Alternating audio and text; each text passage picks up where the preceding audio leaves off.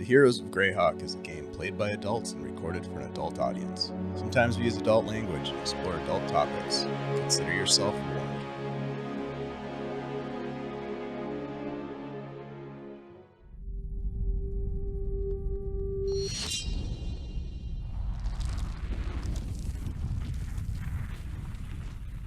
In our last session, the Golden Shears discussed the nature of Xanthi's spirit guardians, the odd contract that bound their magic to Xanthi's protection. Later in the evening, Xanthi sought relationship advice from Alrin, drawing upon his experiences with a cruel circus master during his youth and the confidence he forged with another young performer who he grew to love. Alrin offered insight into Xanthi's deepening feelings for Desmond?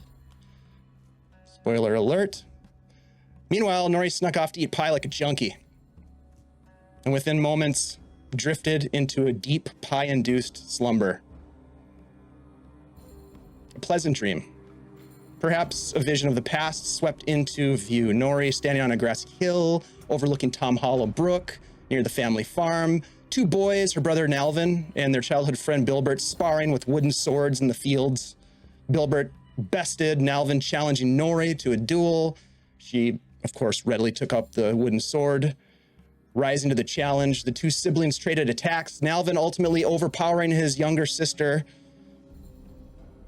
twin sister, knocking her to the ground as the sky above them darkened.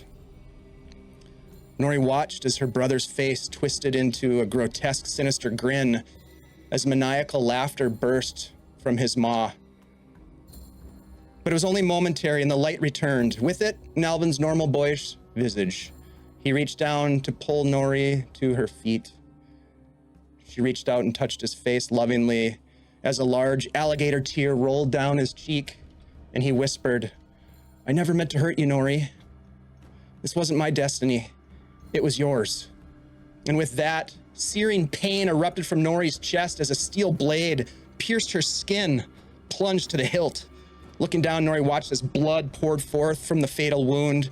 She looks back up instinctively, not seeing her brother standing before her, but a dark reflection of herself wielding the blade, inky black eyes staring into her very soul. And gasping in pain, she awoke. Finding her companions, she shared her dream with them, listened to their concern for her pie addiction.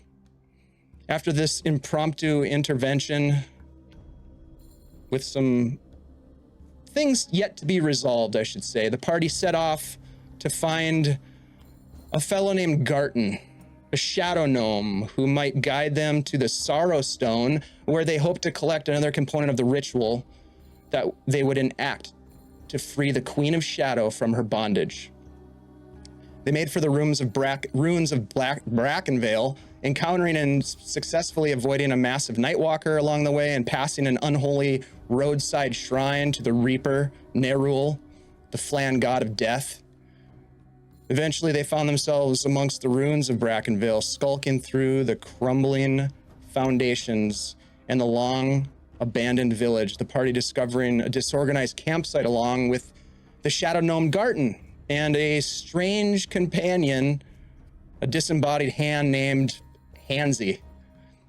The party hired Garton to lead them to the Sorrow Stone, paying the shadow gnome for his guide services with a bunch of creepy items in their inventory that I'm sure they were happy to get rid of. A petrified frog, a bone ring, purportedly a lucky bone ring, some darts, and a set of dice so that he and Hansy could play dragon dice. And with the deal struck, the Golden Shears tour group departed on the next leg of their journey.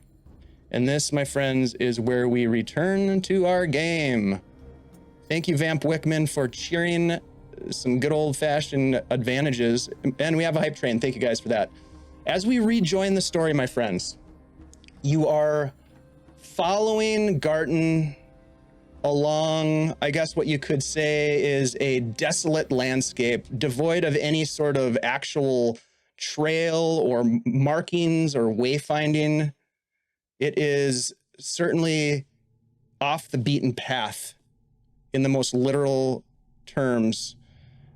The small gnome stopping every so often to reach down and feel the dirt, the dust, smelling it, tasting it, looking around, seemingly searching for something, and then, aha, and heading off in a different direction. At times he has begun to answer the questions that you had about his profusely and consistently bleeding bandana that he wears around his neck, but he seems as though he has a hard time getting to the story itself. But nevertheless, he is guiding you, as promised, towards the Sorrow Stone and the penitent pilgrims that you hope to intercept, perhaps to gather the tears of the Forsaken. So as you guys are following Garten, I'll throw it back to you.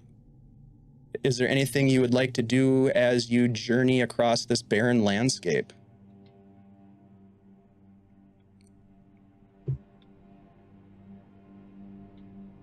The more we look for trouble, the more it hurts, apparently.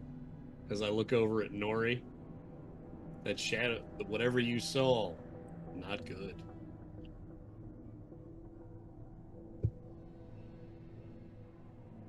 Yeah, did you say we were outside of the ruins? Yeah, you have left Brackenvale, okay, and you are following Garten across this landscape.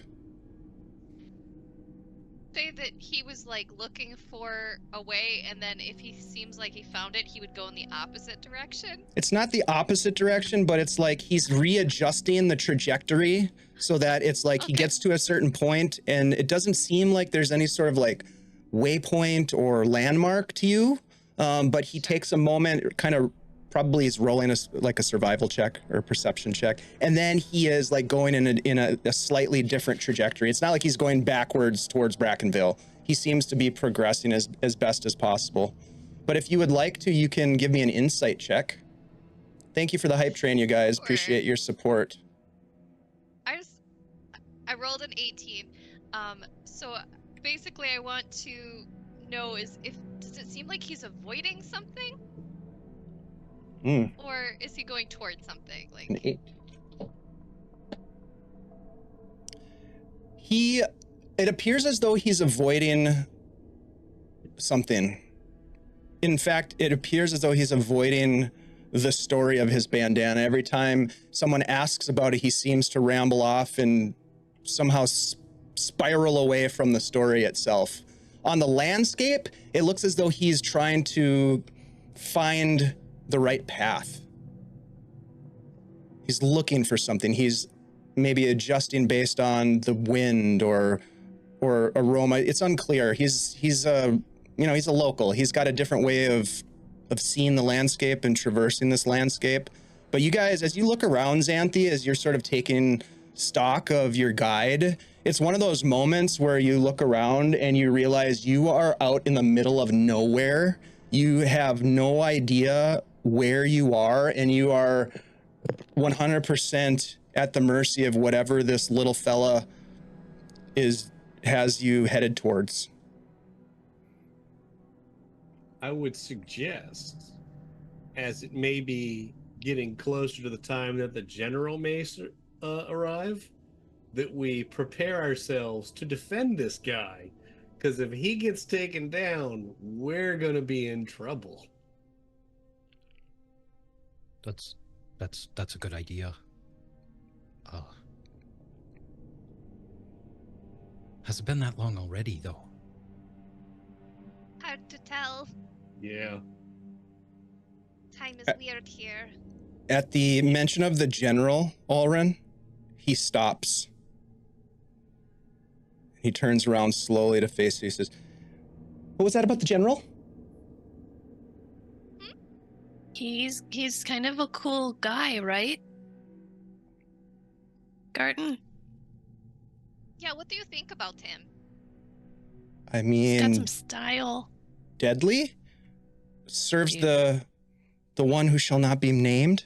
Yeah, we don't say her name. Good call. How did you get wrapped up with the general? Am I in danger here? Oh my, this is not good. I'm already doomed. Now the general is coming?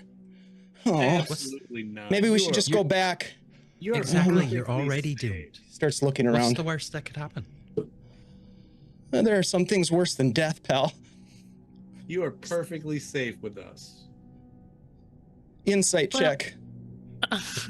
You can either roll a perception or a persuasion, deception or persuasion, whatever you'd like. Don't tell me which one it is. I'm gonna roll an insight check. Yeah, he doesn't know. 13. 14. Just be. Mm. So you're good. You're cool with the general then, and we're not in any danger. Okay, No danger. because Yeah, we're Ugh. not in danger. We totally know how to deal with that person. Yeah. Not an issue. You know, just Don't worry stick about it. as close to me as possible, and I'll make sure that you're okay. well, thank you very much. What about As- Hansy? Does Hansy know stuff? I mean, if something were to happen, not that it will, does Hansy know any ways to keep themselves safe, or you? Does he know hand-to-hand combat? Yeah. Handsy to handsy. I mean, you could ask him. He's right here. Hansy, come on. And you Hey, watch as Hansy. from outside of his, underneath his cloak, the hand comes up and on his shoulder and just kind of like starts pacing back and forth. He seems a little nervous. Lindsay, if we get attacked, go for the eyes. Gives you a thumbs up. I've never seen him fight before, but we've had thumb wars in the past, and he usually wins. I don't think a thumb war is going to cut it. He's fighting with all his soul. I can see why he would win. He's got hella mobility too. Yeah. And fat thumbs. Have you seen those things? I mean, Yeah. technically, if you got a hand, his hand on a spellcaster, he could potentially keep him from casting a spell. Oh Or yeah, like distract him with a little tap in a very special spot. or like poking him in the eye. Or that. Yes. That's a good idea too. These are Not great that that's ideas. gonna happen at all, but it, I mean, you've lived around here. It's good to be safe. There's really big, scary things that come through here. We've seen them. We've hidden. There was That's- one on our way to you. A good policy to hide. Is that what you do when danger shows I up? mean, I just sort of keep to myself in Brackenville. It's a good place to lay low. And I've got a nice camp and all the stuff that I could ever want. Nothing comes and gets you there besides just the creepy vibe. No, I usually, if I need stuff, I go to the House of Black Lanterns, a drink or, some news. But I always end up finding my way back to Brackenvale. I mean, to be honest, it's kind of comes with the whole doomed thing. It's like somehow I always end up back in Brackenvale, back at my camp. That's where you found your bandana. Well, it wasn't so much as finding the bandana, but well, it was given to me.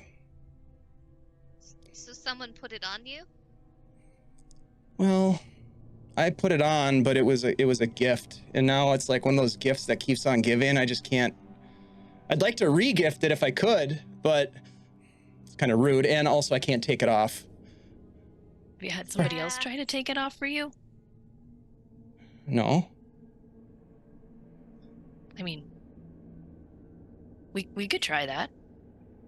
I mean, you could try if you want. I mean, we're due for a break anyways, but keep a lookout. Has Hansy ever tried to take it off of you? No. I don't think Hansy likes getting bloody. Yeah. Or not everybody does. I think we could try helping you at some point on this, but you got to tell us how it happened. I mean, It's such a long story. I feel like it would bore you. I mean, you guys are, in with the general and whatnot. You're headed to the Sorrowstone, seeing the sights in the Shadowlands, which is a weird place to vacation, by the way. Well, let's just say I kind of got what I had coming to me. Oh. You make decisions in life and they're not always the right ones. And sometimes there's repercussions for those decisions. And, well, mine is being doomed. I'm doomed. Sorry, get a little dramatic. Put a curse item on you, or they slit Yeah. your throats? Yeah. There's a bit of a wound. Are you currently alive? I mean, I think so. If I wasn't alive, would I be able to do this? And he does like a little dance, little jig. It looks pretty alive to me. Well, okay, we'll agree to agree. That's very agreeable. Look, the people of Brackenvale, they got a little upset with me. It's kind of embarrassing. They accused me of thievery. I found a few things and kept them. I should have done my due diligence to make sure that they weren't someone else's possessions. But they overreacted a little bit. They beat the tar out of me, and then I got this grievous neck wound. So what did you take? Just some baubles and trinkets. I mean, I didn't think they were much of anything, but apparently they were like family heirlooms or something, and the people were not very understanding. I just thought they were pretty and wanted to, put them in my camp. I like to collect things, as you probably realized when we met back at camp. But the neck wound, and he pulls the bandana down just a little bit, and you can see that there's kind of a gaping wound on his neck. He says, Does it hurt? I'm kind of used to it. After a while you get a little, I don't know, numb to things. I guess you could say I was a bit of a pain in the neck, and, well, they left me for dead, but there was a cheating bastard of a dragon that sort of tricked me. But it's just something I have to live with. We didn't really see any people. I mean, wasn't there a fire? Oh, yeah. Did you say dragon? I mean, yeah. You know him? Wait. Draxith? So the whole town got burned. Yeah. And you had a problem with the dragon. Yeah. Well, the dragon kind of helped me out, but, in a weird sort of underhanded way. Look, this is one cheating bastard of a dragon, Draxith. I'm not afraid to say his name. He tricked me, okay? So now I'm cursed to wear this bandana, mess everything up wherever I go, because I'm always bleeding. I'm doomed to bleed. And, well, I somehow always end up returning to Brackenvale. I guess that's part of the curse, too.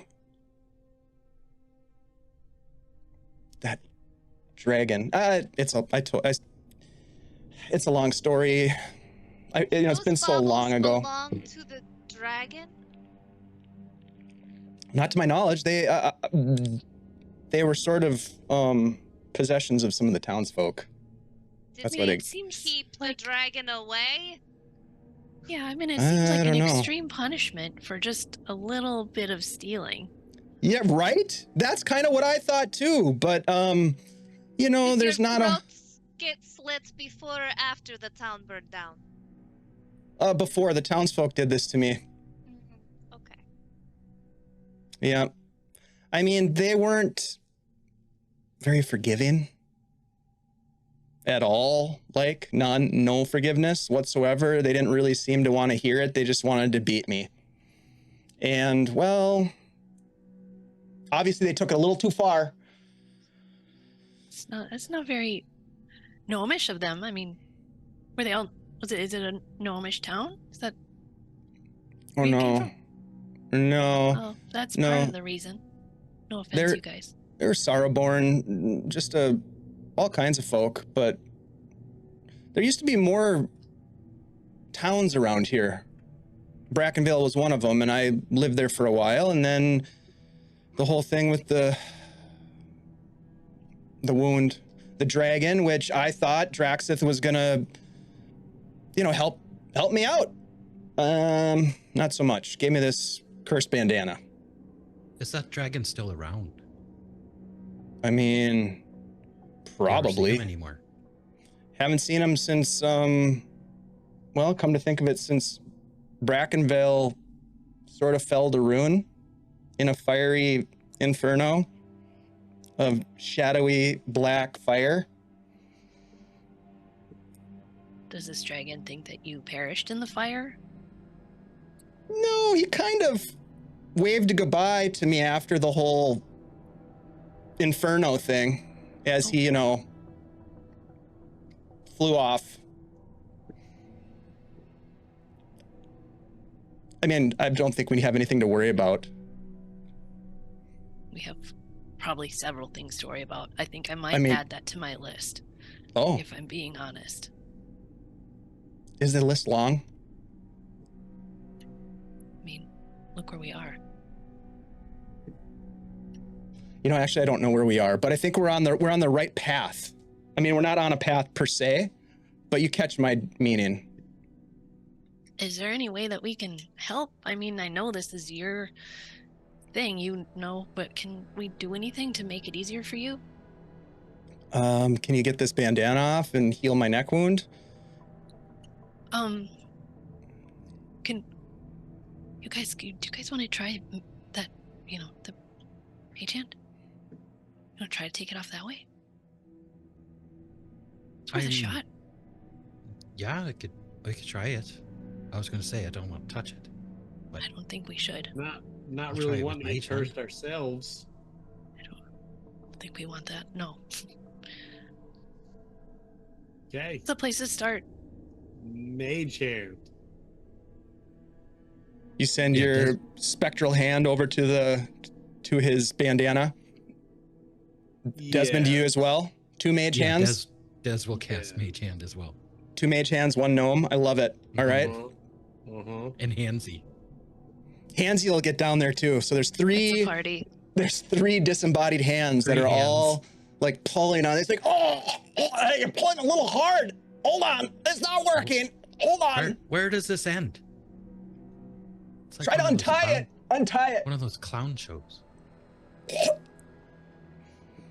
The hands are busy trying to like pull on it. They're trying to untie it. The knot keeps untying and it just doesn't seem to be coming off. Now your hands are all bloody. I know it's just a name, but do we have any actual shears amongst us?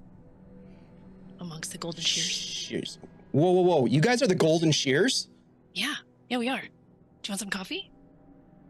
It's not.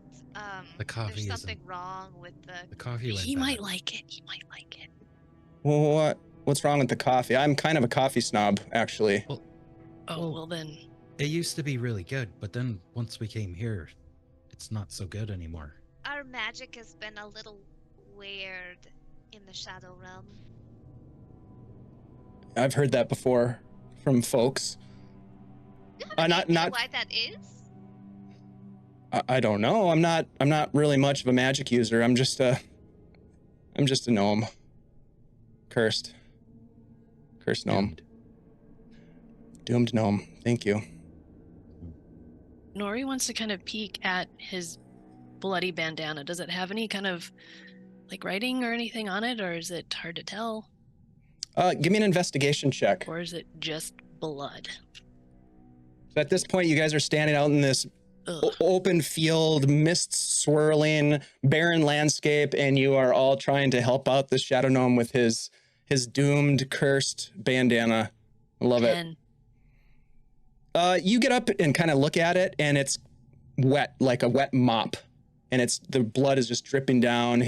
All of his garments that he wears are themselves stained with blood or dripping with blood, and it doesn't seem to have any, as best you can tell, it's pretty saturated. It doesn't seem to have any writing on it. It looks really old, though. It looks tattered.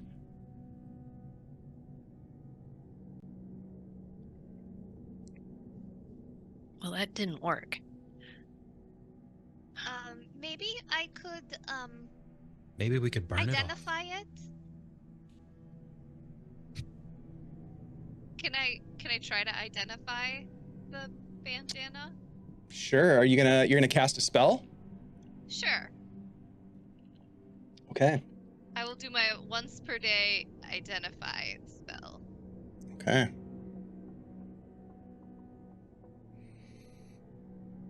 Okay, and I Give will me an roll with Arcana check. with advantage for my identify. Okay. Okay.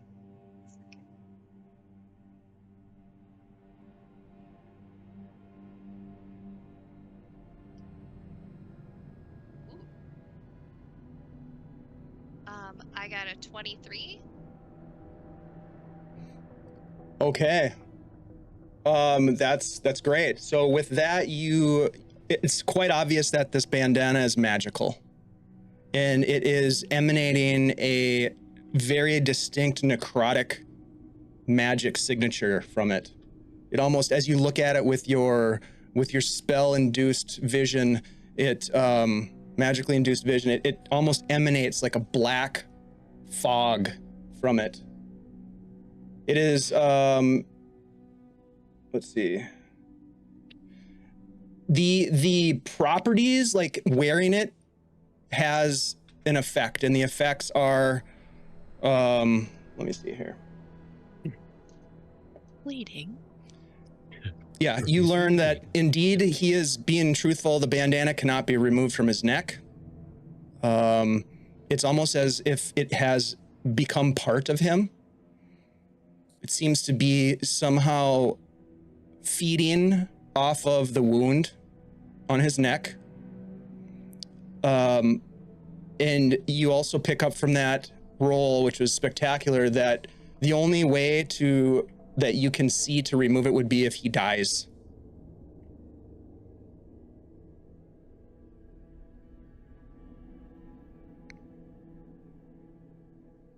Well,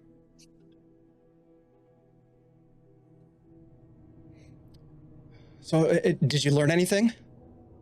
Can you get this thing off me? Well, it's really on there. So I don't think it's going to come off unless, maybe you got the remove curse. I can't really tell if things are cursed, but it seems very cursy. And then the other thing is, I think it's feeding on you. Oh boy, I knew it. I could feel it, kind of like itches. I try not to think about it. That cheating bastard, Draxith. What about if we kill the dragon? Huh? Will that remove the curse? It'll come off if you die. But isn't he already dead? I don't guess- know, maybe they put it on before he I guess he's not dead. officially kicked it. I mean, Draxith said that they'd save my life with this thing, and I guess technically that might be true. Yeah, maybe that is what happened. did the cut around your neck happen at the same time you put on the bandana, or did this bandana go on after? Were you injured? I mean, is that what might have happened? Yeah, like I said, I got caught, nicking some items. The townsfolk overreacted. They beat the tar out of me, and then one of them cut my neck. They left me for dead, as best I can remember. Big dragon standing over me when my eyes open, and offered me the bandana to wrap around my wound. I mean, I was bleeding quite a bit, losing a lot of blood. What are you going to do when a dragon offers you a handkerchief? I mean, right? So I wrapped it around my neck. Next thing I know, I'm doomed. I don't know if I would say doomed. I mean, it sounds more like you were in a tough situation and like you were given something that saved your life, but now you have some complications, like it's a little messy now.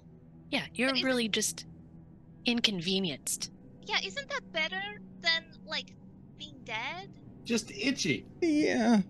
I mean, it's hard to make friends when you're bleeding all over the place, but I mean, we're friends, right? Absolutely. Sure. And handsy. Yeah, that's right. Hansy is my friend, aren't you, Hansy? And then Han just kind of nods. I guess I should count myself lucky that cheating bastard of a dragon cursed me with this wonderful, life-saving, bloody bandana. Yeah. Well, you know what? If you ever come across, like, a diamond worth, I don't know, let's see, what's that spell? Which one are you thinking? Revivify. If you ever come across a diamond worth 300 gold pieces, I could remove your bandana and, you know, like, so you don't have that problem anymore. It would require you to be very, very briefly dead, though. Oh. I'm I not see. opposed to the idea if you think it could work. I don't have that kind of jewelry laying around, but maybe we'll find something. No, we're not going to find a diamond out here. I mean, look at this place. There's nothing out here. Never know. I mean, if you Speak. come across a gem like that, I mean, I would be willing to help you out. Well, I appreciate that. And I wish that those jerks from Brackenvale could have appreciated my apologies, but they didn't. And look what happened to them. He hoists his pack back on his shoulders. Well, I guess it's time to keep going. We don't want to stand around too long. You know, the whole thing with Nightwalkers and Sorrowsworn and stuff. Would any of us recognize that dragon's name, or does that sound like it's from here? You would not recognize the name. You're not sure. He hasn't really told you much about the dragon, but yeah, you don't recognize the name. But he hoists his pack and he grabs his little walking stick. All right, I think it's this way. We're getting close. He kind of walks up ahead of you guys. You stand there for a moment, just sort of looking at each other. Hansy kind of turns around and looks at you as he's walking away. And then Hansy kind of turns around, goes up on his head, and kind of is like providing a lookout as they head forward. Nori would like to scan the horizon for any crows or giant creatures before we get moving again, because we were very focused on this for a minute or two. Give me a perception check, please. 6. You scan the landscape as best you can, the swirling mists obscuring most of your visual range. You can see, maybe at a good moment, you can see maybe out to 60 to 80 feet. And it's just this sort of desolate scrub brush. Think the wide open plains of the desert Southwest. Very few trees. What trees might still be rooted in this desolate, dried soil are largely devoid of vegetation. They appear to be broken and most of them dead. There are tufts of dried grasses here and there, cracked earth beneath your feet. No trails, just a small gnome and a disembodied hand guiding you, and you don't seem to see anything that sort of sets off your shadow senses. Well, we better catch up. We're in big trouble if we lose them. Okay. We'll run off after them. How about the rest of you? Any last words or want to do anything before catching up? Last words. I'm sure we'll be fine. Mostly. Okay. Let's go ahead and get a quick survival roll from everybody.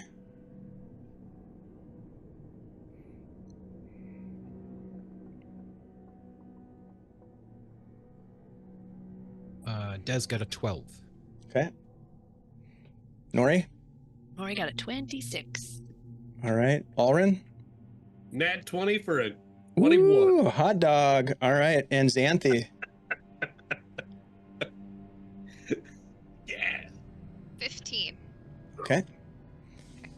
All right. So as you're walking along, maybe in silence, keeping track of your gnomish friend who's just a few paces ahead of you, following them across this broken landscape,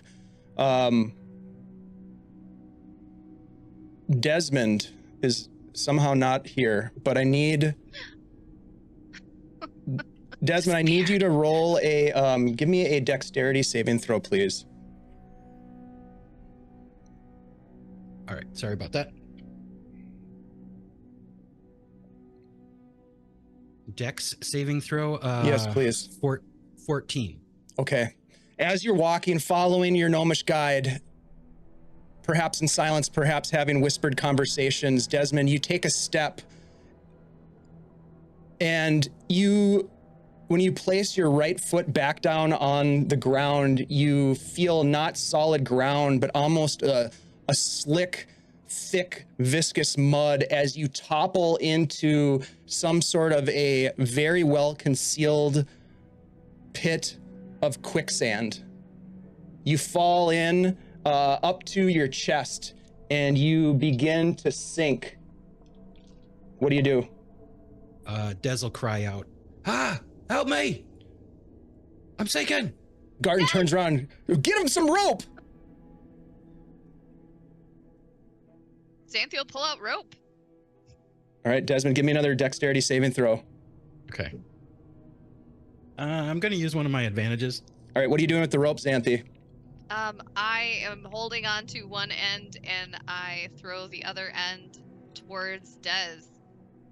Okay, what'd you get, Des? That's an 18 this time. Okay, as she throws the rope over there, you instinctively look up at your friend's help, and you grab onto the rope and hold on as Garten races over, and he gets on the other end of the rope with Xanthi. How about the rest of you? How are you responding to this? Nori ran right over and she's getting ready to dive in and grab him. To the quicksand? I can get out with a spell. Wait, Are you going to dive in? No, not yet. This looks like it's working. Yeah. All right. Desmond, give me one more dex save. Roll it with advantage because you have help from your friends who are trying to get you out. Pretty good. 26.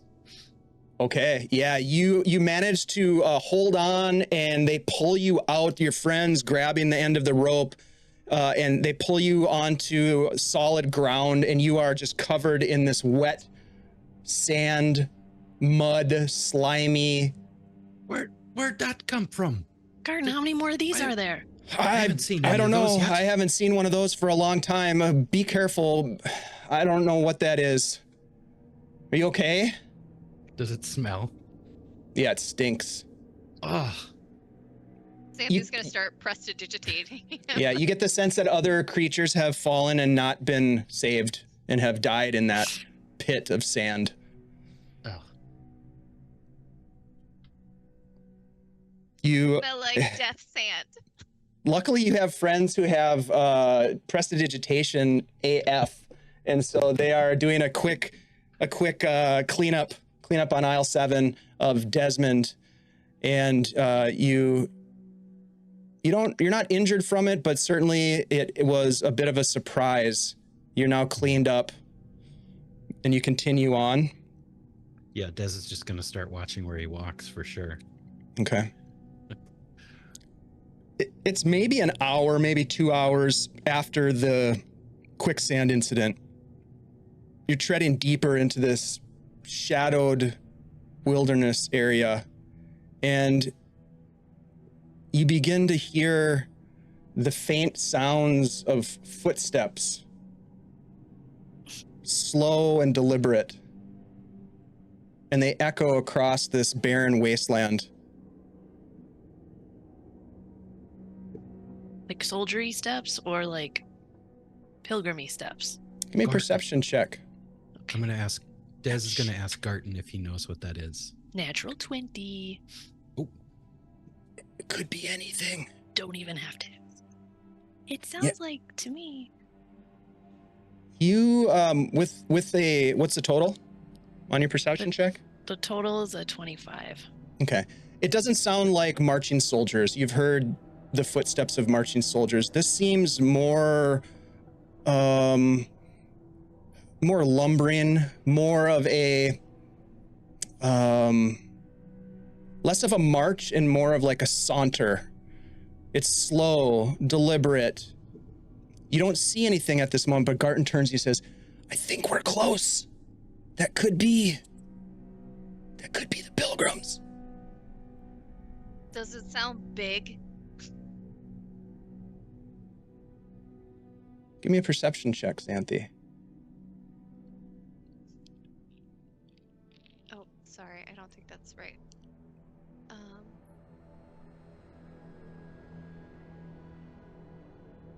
9. It doesn't sound big per se. It sounds like many. It sounds like a group of people moving. And given the visual obscurity provided by the mist, you can't quite see through the haze what lies ahead. But it seems to be echoing sort of around you from the direction that you were headed. And what was the total roll for your perception check? 7? 9. A 9? Okay. There's not a whole lot more that you can tell based on what you're hearing, but it does sound like I said footsteps that just kind of echo through this wasteland. Garton's kind of down on one knee. Could be anything. Should Could be we the hide? pilgrims. We should definitely hide. Do we want to find out what it is? Can we hide and see at the same time? Is there a vantage point somewhere where we could do that? I'm gonna leave that to you. You'd have to get closer. I just know the general direction we're headed. I don't know the features of this area that well, but I'm pretty sure we're close to the Sorrow Stone. It's Okay, well then we have Let's to try see. to get closer. I agree. I'll follow you. And he kind of drops back behind you. Hansy takes cover in his robes and hides in his robes. So you guys are gonna proceed forward. I think we're gonna sneak. Okay. Let's get some stealth rolls. I'm sneaking. Oh, jeez. 5. Oh yeah, 4. Oh my God. We're Des. sneaking. Des got a 20. Okay. And Alrin. 14. Okay. Yeah, Nori and Xanthi are making quite a bit of noise, stepping on a branch, perhaps dropping something from their pack or their belt, falls on the ground and hits a rock. Clang. Are they over there giggling?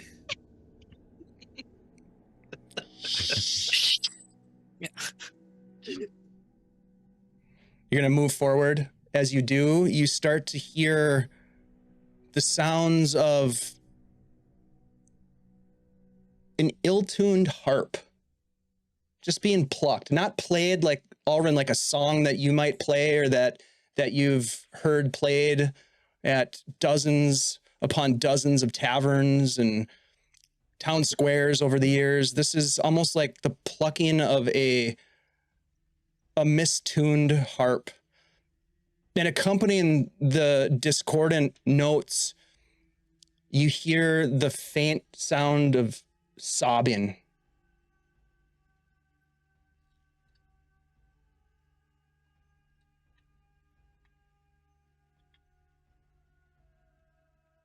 This has got to be it. Ah, this seems like the place. Guess follow the sobbing?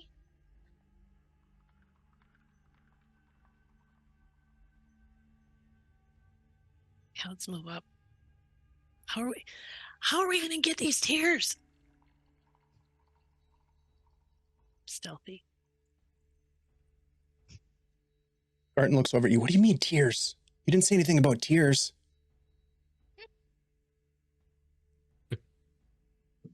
Oh yeah, that. We just Well, we just need need a few some of their tears. tears. We're doing a thing. It's a project.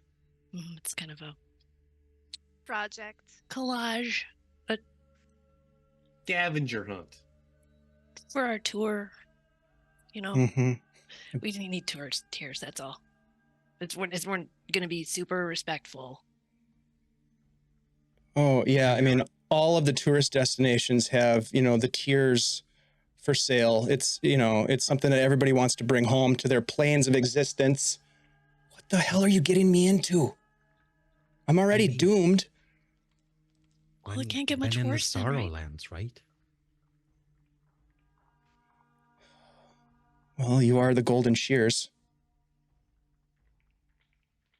I mean, they got plenty of them, right?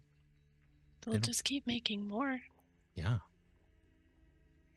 I can't Tell see how yourself it'd be a whatever you problem. need to. I'm going to hang back. If shit you ever goes sideways, I'm out of here. Have you ever talked to these people before? Why would I talk to these people? I thought we were going to look at the Sorrow Stone, and now you're telling me we're gonna talk to the pilgrims. You're gonna somehow collect some tears. I sure hope you have a plan. Are they really scary? What do they look like? I guess we're gonna find out. And he just kind of turns and points, and you can see through the haze and decay that there is this silhouetted procession of figures that appear to be trudging across a ridgeline, not far from where you stand now or crouch or wherever you are. You can hear more clearly now sounds of pain and sorrow, an endless lamentation, a mournful dirge, and a slight wailing. They're just walking as if on a pilgrimage somewhere, cloaks pulled tight around some of them. You can't quite make out any of the features of them. You would have to get a little bit closer to start to actually see what's going on or who these people are. But they appear to be walking slowly, but intentionally along a path, nearly single file. Let's go see if we can talk to one of them. You don't think they're ghosts, do you? I mean, seems like everyone's ghosts around here.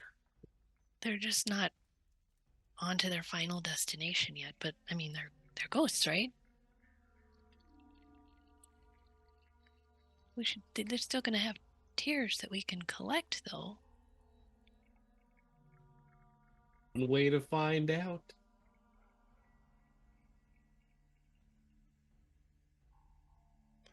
Okay, I'll follow you. Yeah, feel free to hang back. It's all right. Yeah. One other thing we might want to mention that you should look out for is maybe, the general. Okay, we'll see you in a minute.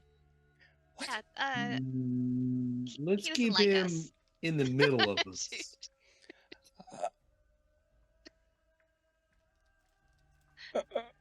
The middle? David's gonna follow Nori. Yeah, in the middle of us, where you're protected. can't you guys like cast invisibility on me or like, I don't know, some protection? I don't want to get killed. Especially if we don't have the diamond for your spell. Mm-hmm.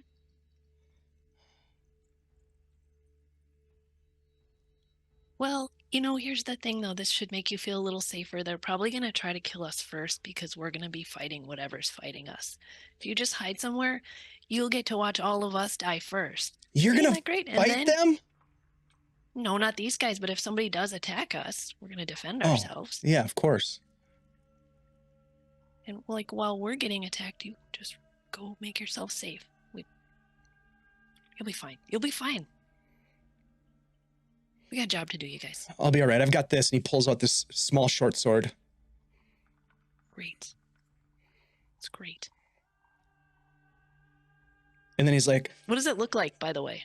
it's pretty plain. It's just like, it appears to be just a steel blade with a nondescript hilt.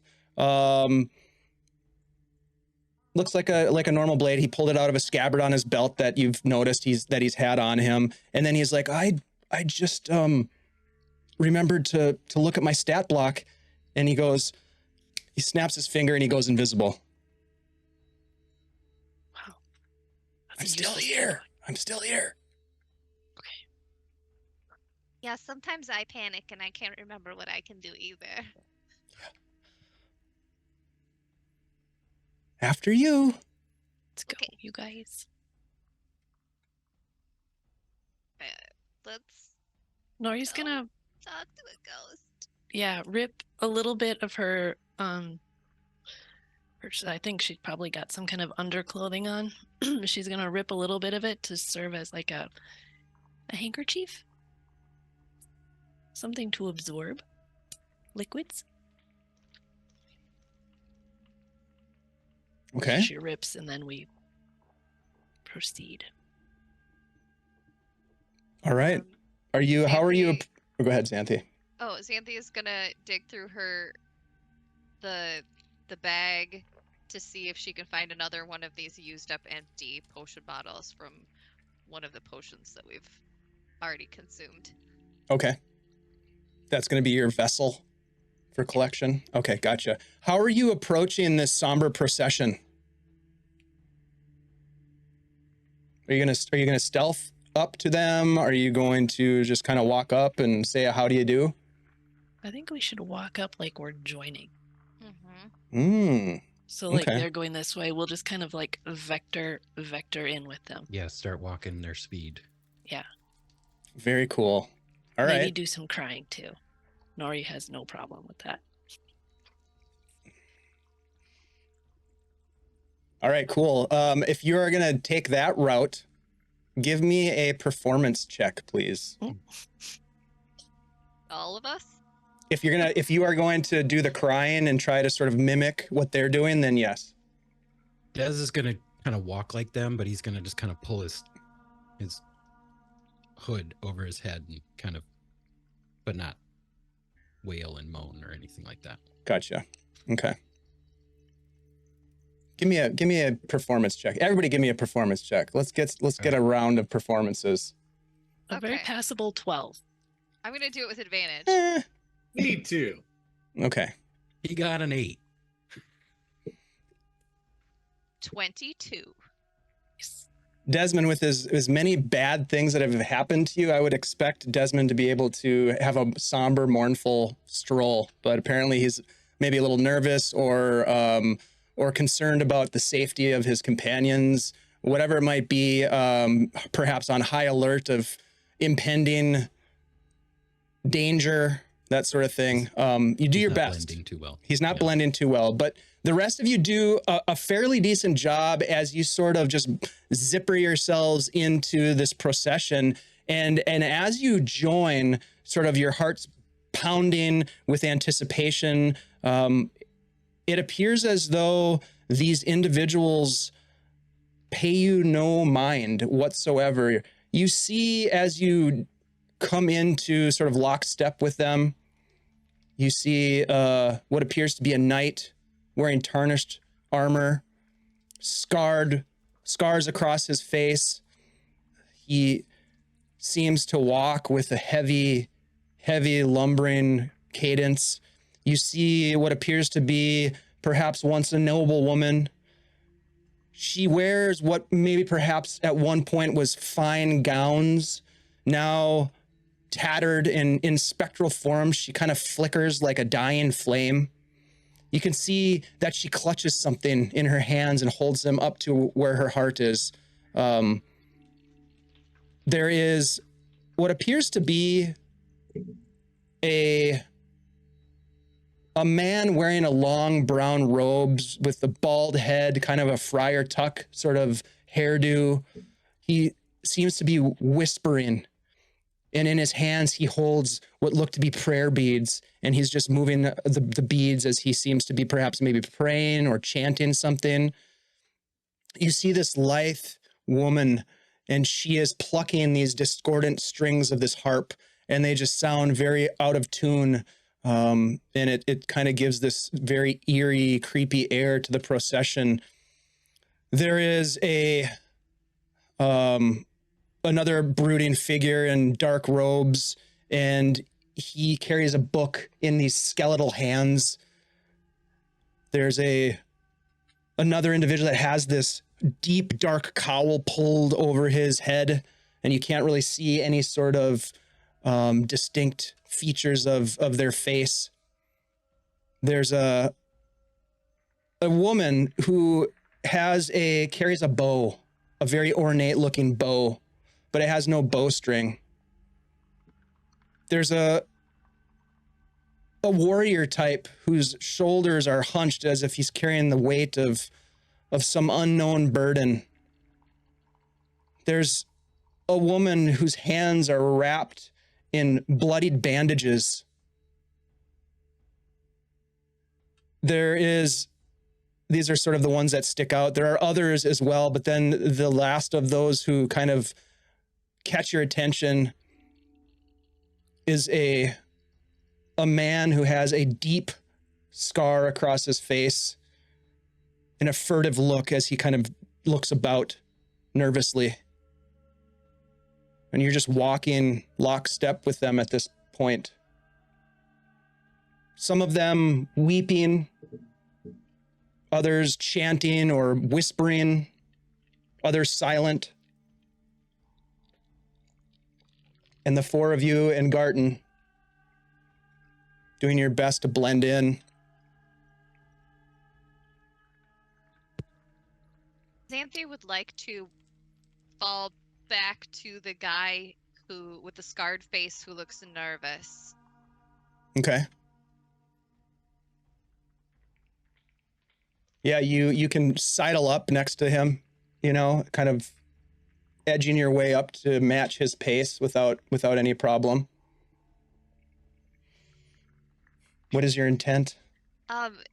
She's going to kind of like look over at him briefly and then look away and then say, "Are you new here too?" He just kind of looks over at you. Where did you come from? Where are we going? I don't know. I was hoping you knew. Where are we? Who are you? We're on the Pilgrim's Trail. Does that sound familiar? Nay. Who are these people? What's the last thing you remember?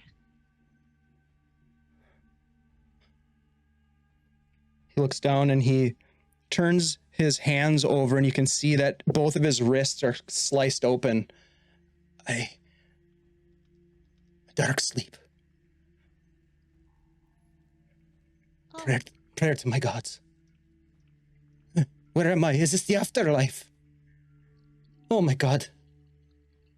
It's terrible. well, I mean, it's not that bad. It could be a lot worse. It could. How so? Well, I mean, we're just all walking together right now. Do you trust these people? Well, Don't even they know seem them. to all be in the same boat, right? We're not in a boat, miss. We're on land. Oh God. Boats. I don't swim. There's no boats. No boats. I mean, we're all together. But these people are all strangers to me. Where are we? I thought it would be different. Oh my. He just goes back to wringing his hands and just kind of looking about. He's not crying, is he? He's not crying. Okay. What are the rest of you doing? Alrin, what are you doing? When I saw her go talk to somebody, I would have wanted to use my medallion of thoughts to sort of get a vibe of the surface thoughts to see what that guy was thinking or anything like that, or to see if I actually get a vibe or if he's a ghost and I don't get anything. Surface thoughts. You use your medallion, and yeah, you pick up surface thoughts. Is it focused on one individual, or is it sort of just in general? On Okay. the guy that she would go talk to, because I was just curious how Sure. he reacts and stuff like that. Yeah, he seems very agitated and disoriented. Doesn't know where he is. Doesn't know how he got here or what he's doing, why he's walking on this path. Doesn't know who the people are. And getting that sense from him where he seems confused. I mean, some of the people look like they are actually sad, though. He's confused, but other people look sad. Yeah, for sure. In fact, there are some folks that are sobbing. I would probably focus on the next one of those, just to get a feel if there's, a sense of sadness, crying, or something else. Or if I Okay. get All right, give me a perception check. Sure.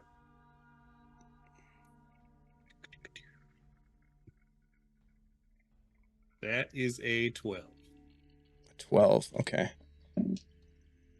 All right. Yeah, there is a nearby you. There is a woman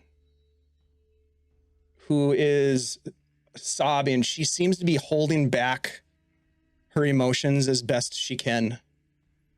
And you sort of approach and sort of fall in to step with her. Her hands are wrapped in these bandages that are bloody. And as you get closer, you look down, and it's not so much that she's got them wrapped around her hands as much as she's just carrying this bundle of bandages. And she's just, oh my God. Oh, no. No. Cedric and Selena. Oh my dears.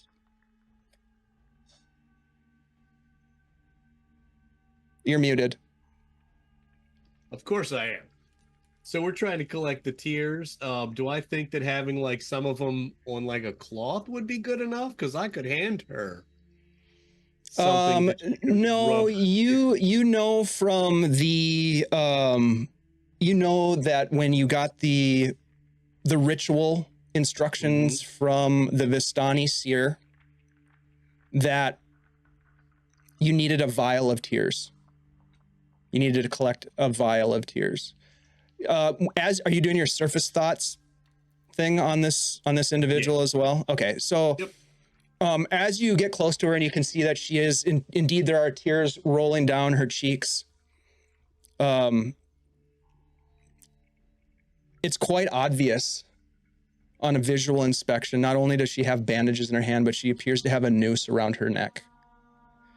And the surface thoughts are of shame. Shame and sadness, and two names keep coming up. Cedric and Selena.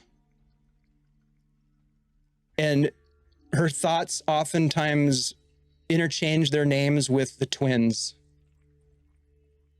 She seems extremely distraught.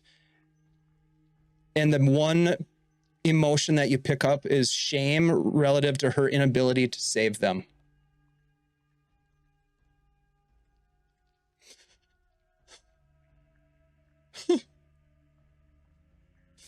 She doesn't seem to take notice of you. Yeah, I was thinking if I could collect them, invisible or visible, how awkward would that be with a vial up to her? I mean, obviously, I can do it invisibly. This is gonna be weird. It might take a while, but you know, Hey, if that's like, what we have to do, You're like, you know, Xanthi's holding like a little vial in her hands. so if I see Xanthi doing that, I can make both of us invisible so we can try. Um, you know, the best person, Or probably Dez. yeah, our thief, perhaps should steal a tear or some tears. What's going on? Des is just kind of trailing behind everybody, just kind of keeping an Des! eye out. Dez! He'll run up to the others. What's up? you I'll sprint past all of these slowly walking pilgrims. Excuse me. Excuse me. Slow. Taking up Dez, the whole sidewalk. What? do you oh, think wait. if you were invisible, you could maybe collect tears from these people in a vial? You think you have the hands, the sleight of hand skill to do that? I mean, I could give it a try. Okay, here you go. She hands you over this little empty potion vial. He's gonna start looking around. Is there anybody that's just like The lady really, that I was really the lady that I crying? was- Like, yeah, the lady is that I was with. I'm like, she is. just It's coming out full real good. waterworks going on. She has tears Yeah. rolling down her face. Give me a perception check, Desmond. Okay.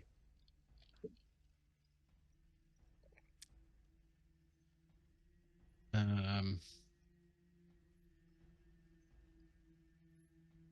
16.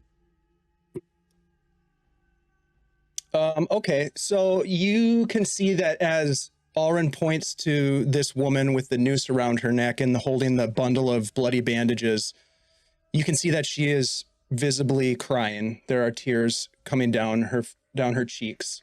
You can see that there is a hooded figure near you who is walking and is just kind of doing the kind of trying to hold back tears, but they are completely sort of shrouded with a cowl. And then there is the monk-looking fellow who is holding the prayer beads, and he appears to be sobbing as well. And then there are all a bunch of other people in various states of sorrow. Do you think this is the best way to do it, or do we just, I mean, I ask one of can't them? think of a good way to get a vial of tears from these people that's The guy that I tried to talk to, so like he just seemed really scared, and the more I talked to him, the more agitated he became. So I think maybe we just don't talk to them. Well, if they're already crying, I mean, they didn't say it had to be from one person, so if we all just collect tears and bring them all together, put them all in the Oh, same vial, we'll have a you- vial full. You want to all try? Yeah. I thought I we were think- gonna go invisible. I can't go invisible. Invisible. I have a different plan anyway. I can make one or two of us invisible. And I Bye. don't know who else feels that they would be able to do that.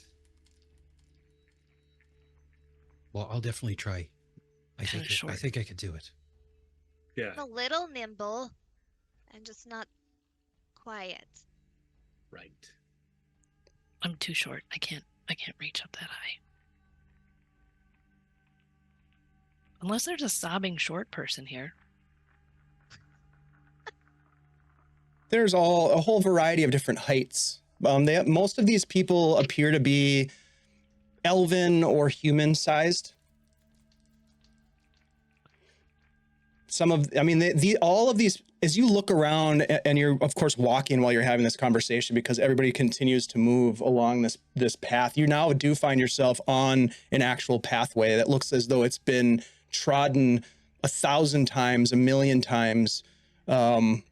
The path worn from the foot traffic, but all of these people looking around, the ones that are close to you, you can see are sorrowful, on the edge of tears, coping with whatever it is that happened to them, either in their life, in their death, or perhaps the loneliness of an afterlife and whatever they have been sort of relegated to in this strange land.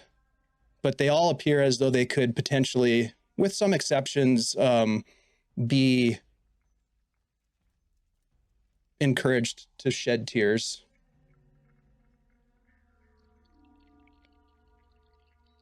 Well, Nori we can might- go with Dez's plan A.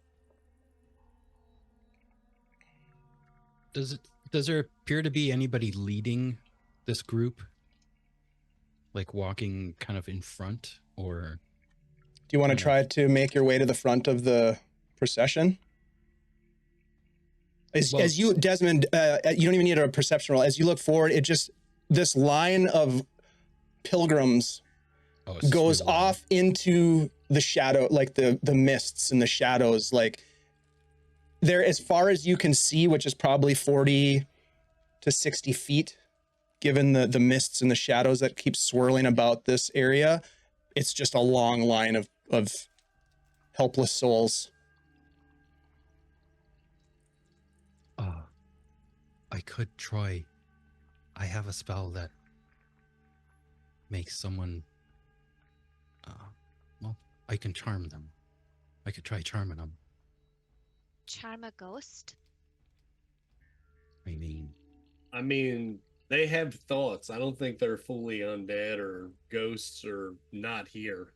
I was it's able to weird. read In between, them right? mentally. I think we should all try our methods. See what we can get. Sounds like a good idea, Des. Okay, well, I'm going to let you guys think about what your plans are, and we're going to take a quick break because it's about halfway through the stream. So when we come back from our break, we will snap into action with our plans. Thank you, everybody, for hanging out with us. We're going to take just a little break here. We really appreciate your support. Great to see our friends, Alan Henry. Great to see you, Scottish Jeff. Hello, Vamp Wickman. I see you in multiple places, and you are beautiful in both of them. You guys, thank you so much for hanging out with us. Hey, Baptized and Puss is here. Hey, great to see you guys. I appreciate you all. We will be back in just a couple of short minutes. My friends, stick around. We'll be back.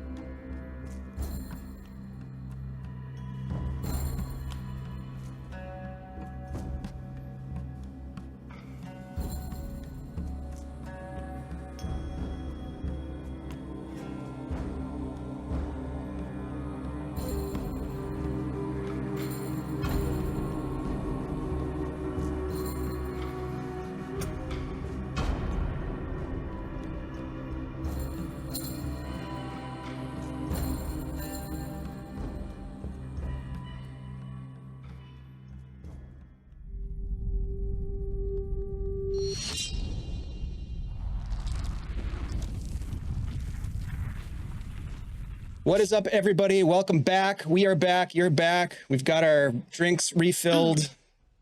We're going to fill up some vials of tears next because our heroes have made their way across the Shadowlands, bushwhacking across a desolate landscape with the aid of a cagey little shadow gnome guide named Garten Grimm, who has successfully brought the party to, or at least near to, presumably, I guess, we're not quite there yet, the Sorrow Stone, having intercepted the procession of penitent pilgrims that was...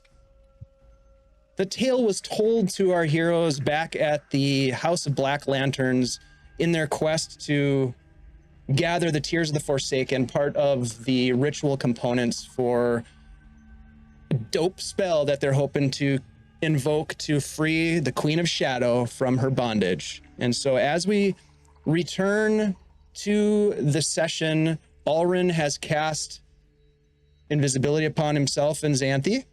Yes?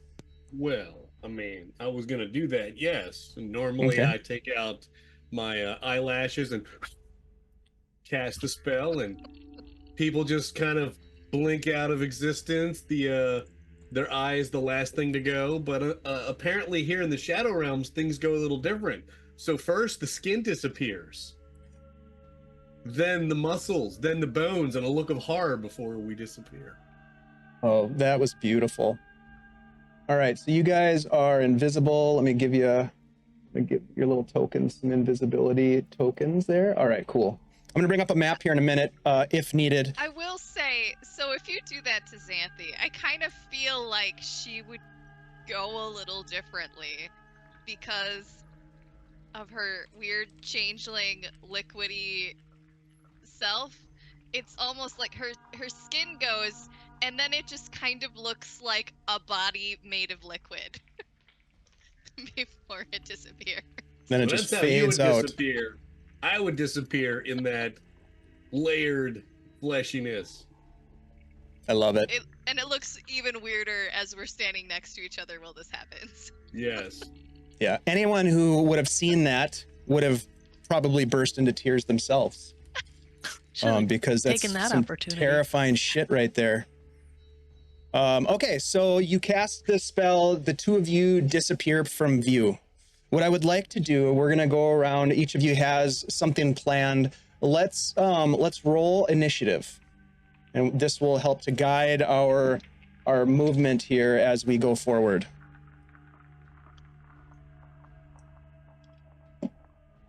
$25 to 20. 15 to 20. Des got a 22. Okay. 15 to 20. 16. Okay. 10 to 15. 12. 12 for Nori and Xanthi. What'd you get? 4. Okay.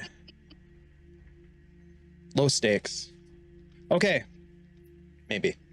All right. So Desmond, at the top of the order, tell us what your plan is here, what you're going to do. What does Desmond do in this situation? Des takes a small bell out of his pack. It's like a small bell that you can kind of tie up as like an alarm. And he's just going to hold it upside down and just kind of hold on to the little rocker inside so it doesn't chime and distract anyone. And he's going to use that as like a little collecting device. And he's going to go up to the woman with the harp and he's going to cast, he's going to start talking to her, but in the process cast Charm Person on her. Okay. As you fall in line with this woman, this lithe, sort of ethereal, quite beautiful, quite striking woman, you see that she has this harp in her hand and she's just plucking the strings every so often, not playing a song, but just ting, tong, tong. It's out of tune, kind of sends a shiver up your spine. and you approach, and you said you speak with her. What do you say? He's just gonna come up and say, "Our sorrow, our tears will set us free. Our tears and our sadness will deliver us." And as he's saying that, he's gonna cast Charm Person on her. Okay. So you're gonna cast Charm Person. She does get a saving throw, a Wisdom save. I'm gonna give it to her Yeah. at disadvantage because of your impassioned plea, which I It's a thought was really DC cool. 15 Okay. wisdom. Oh yeah. She just kind of turns her head and plays this note, tung, and the string actually snaps, ping. And she looks over at you and she says, "It Dez was has just got this real pained look on his face. to be my finest performance. But alas, I did not make it to showtime. That's all I ever lived for." Dez will just kind of act like he's trying to comfort her and like wipe tears from her face, but in the process, like one hand is doing that while the other hand is trying to collect the tears.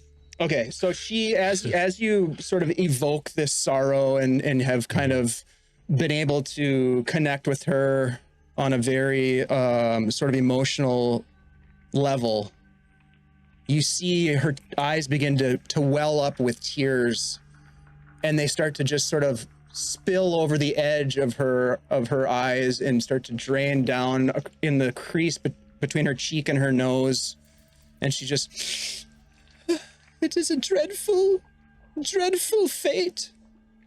As you sort of make a move to capture the tears, I would like you to roll a sleight of hand check, please. Okay. I'm going to use one of my advantages. Okay.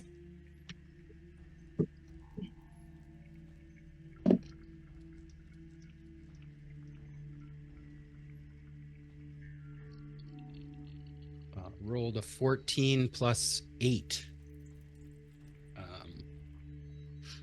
22. Okay.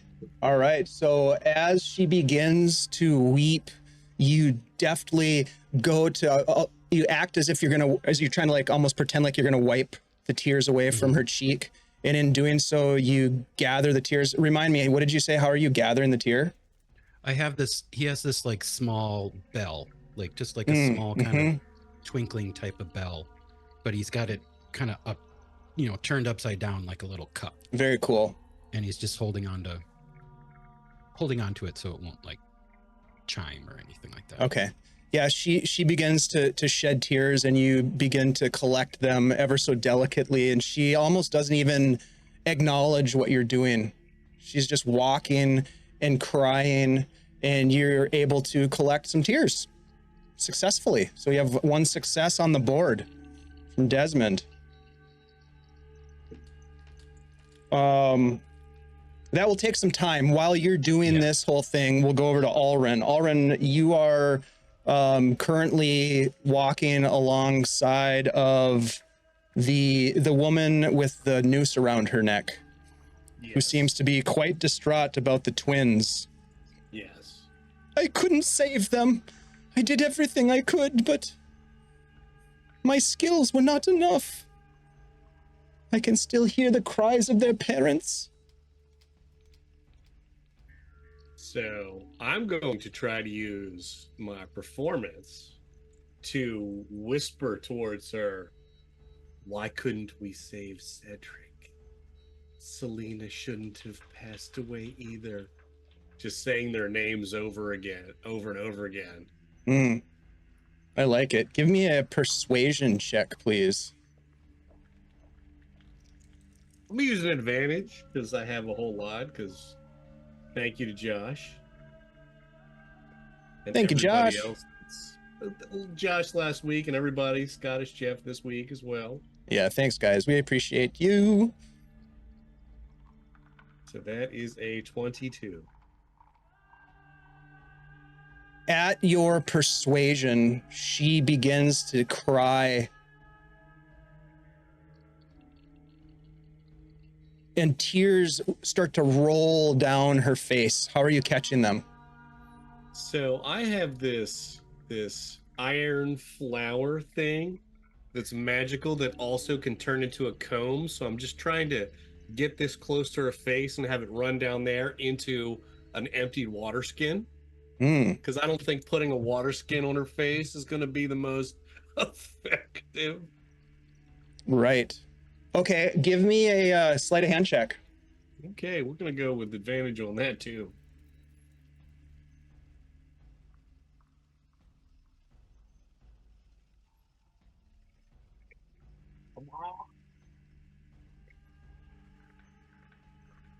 Yes, 18.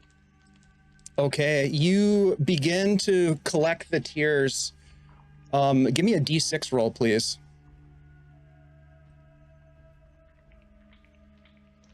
Four. Okay. You start to successfully persuade these tears onto the comb and towards the vessel that you're collecting them in.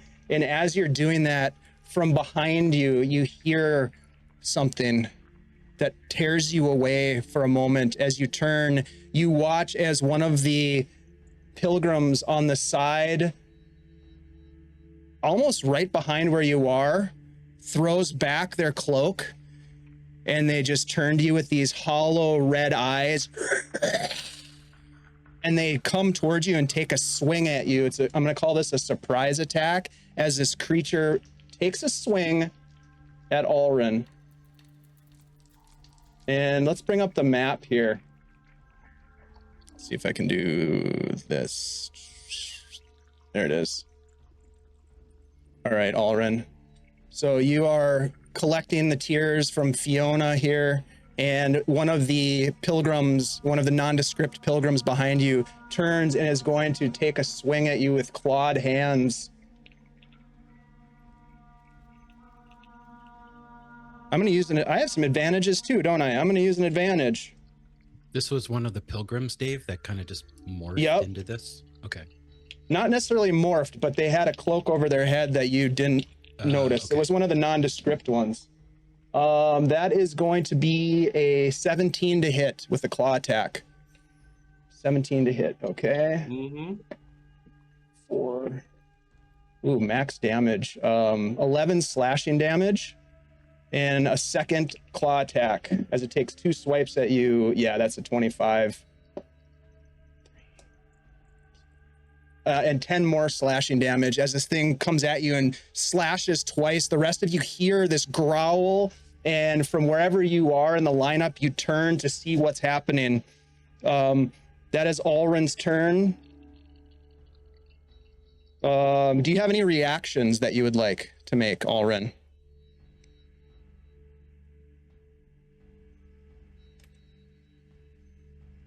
Nope.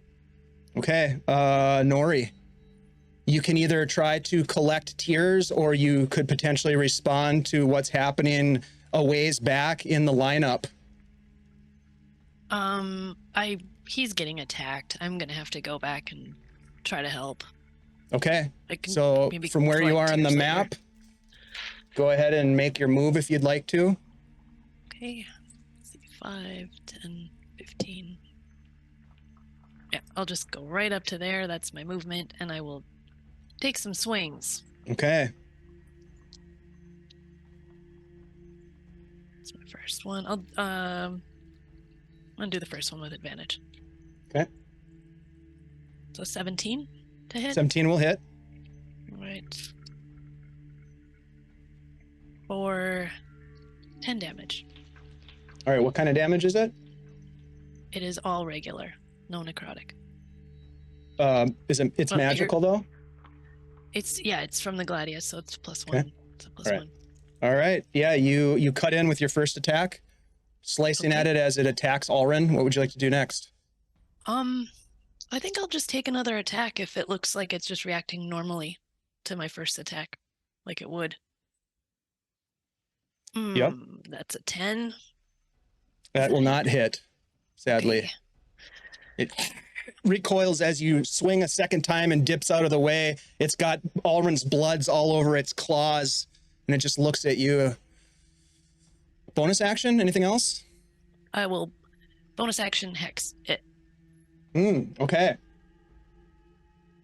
Bonus action hex.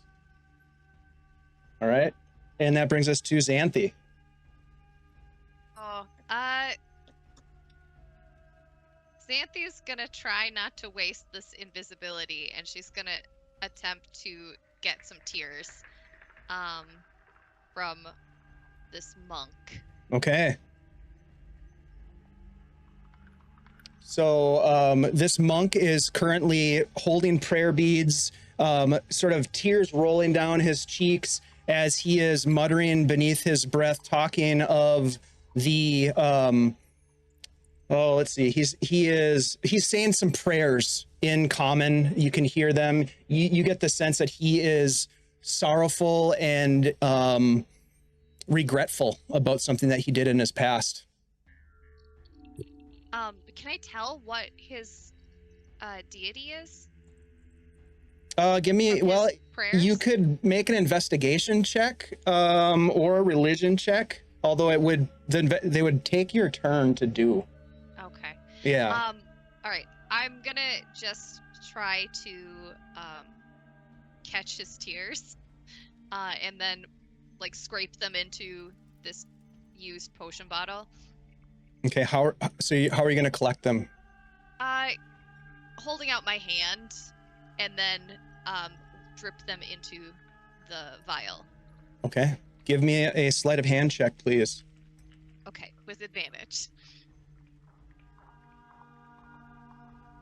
That's good. All right, 23. Nice. Okay. Yeah. You. It's awkward, but you hold your hands and below, and you catch 2, 3, 4 drops of tears. 5. You catch a few. We'll call that a secondary success. So you've got 2 successes on the board, and a foe breathing down your neck. Is there anything else? That's your action, basically. Do you want to stay there and continue to try to collect more, or do you want to move? Do I think that he would give sufficient tears, like in another, couple seconds, or? It's been pretty consistent. Yeah, I mean, Okay. he's Okay. Then he's pretty sorrowful. Continue to try next round as well. Mm-hmm. Okay. He's definitely like praying for forgiveness and for passage to the afterlife. All right, so that brings us to the top of the order, Desmond. Are you going to respond to the foe on the board, or are you going to try to collect some more tears? Dez is kind of keeping an eye on what's happening back there, but he doesn't. He's going to wait to see if things escalate. So for now, he's going to try to continue collecting tears, but just like being wary of what's going on. Okay. And then all the while, just kind of still, holding the charmed person, and just kind of continuing to talk much the way he had been. Sure. About letting out your tears, and that, they will help set us free. Stuff like that. Give me another sleight of hand check to catch more of the tears in your bell.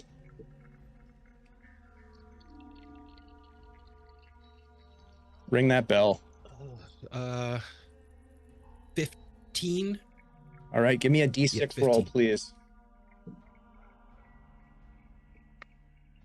6. All right. Desmond, as you are trying to catch the tears, you are interrupted by this terrible aura. An aura of annihilation You will take 5 necrotic damage as you feel, and it shakes you to where you're unable to capture the tears, and you turn instinctively towards this creature to the south of you as it sheds back its cloak, and it's got this dried husk of a face, as if maybe all of the tears and all of the moisture has left its body completely, and it just has this open mouth, just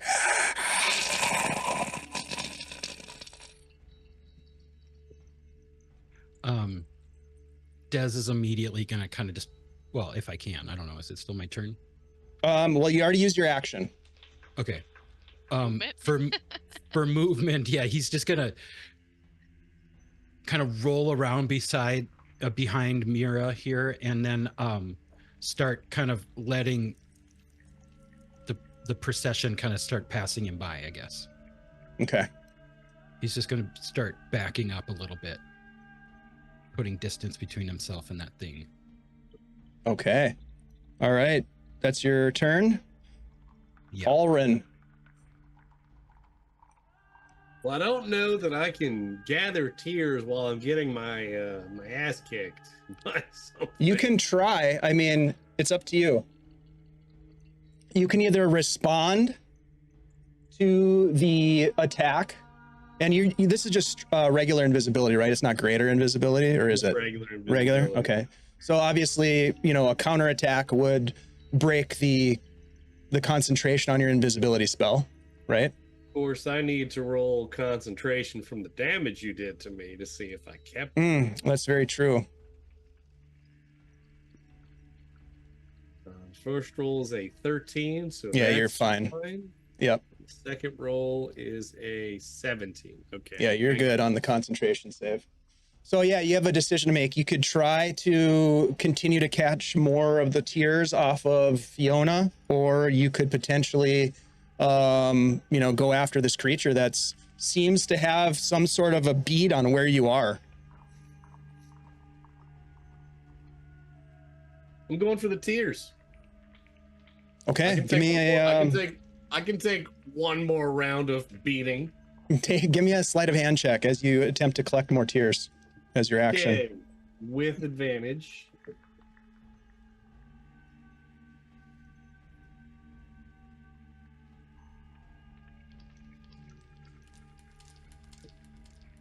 That is a 15. Oof. Give me a D6 roll. That's a 6. 6. Probably bad. It's not great. Yeah. You hear this as the hood drops down off of, those dice are evil, as the hood drops down on one of the pilgrims, and they instinctively turn back to look at you, and you will take 5 necrotic damage. That's bad. And give me a concentration check, please. Concentration save.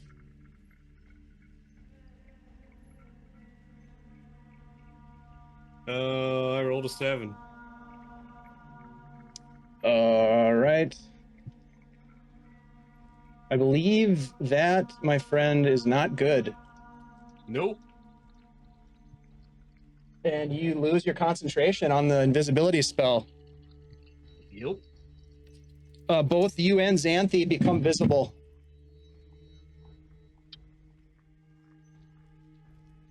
Let me get rid of that and that. All right. Is that your turn? You have anything else you want to move? Yeah, you have a bonus action and movement if you want to use it. Bonus action, second level, healing word on myself. Very smart. Okay. Ooh, yes. And you want to stay put, or do you want to move?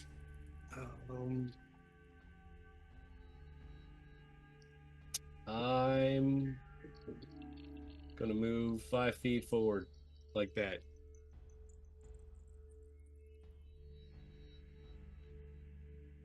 And that'll be my turn. Okay. All right, sounds good. Let's go to them. All right, so this hexed wraith or undead is going to take a couple of swings at you, Alrin, now that you are visible. You know what? I'm going to use an advantage.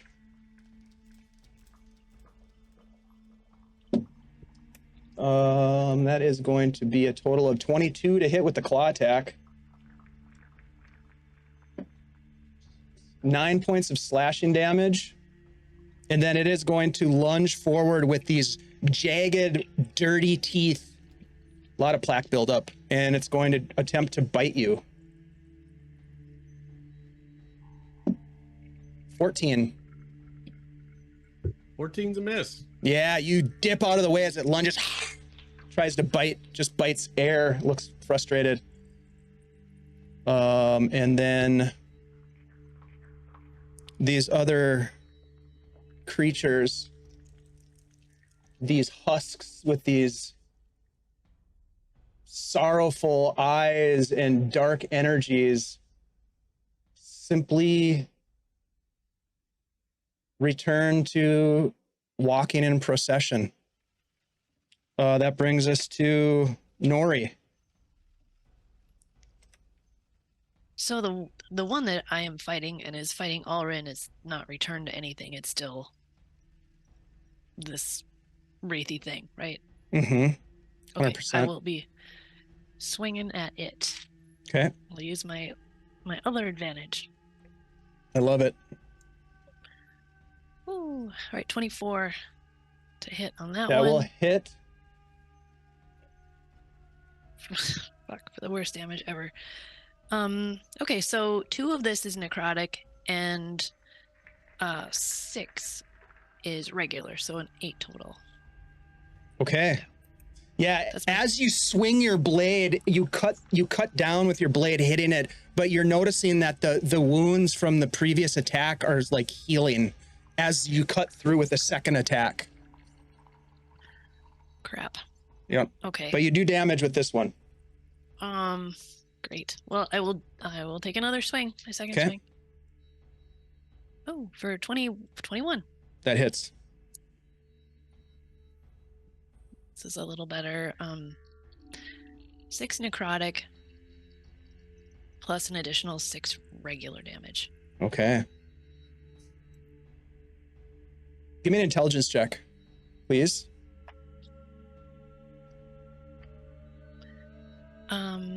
Intelligence check. That would be 14.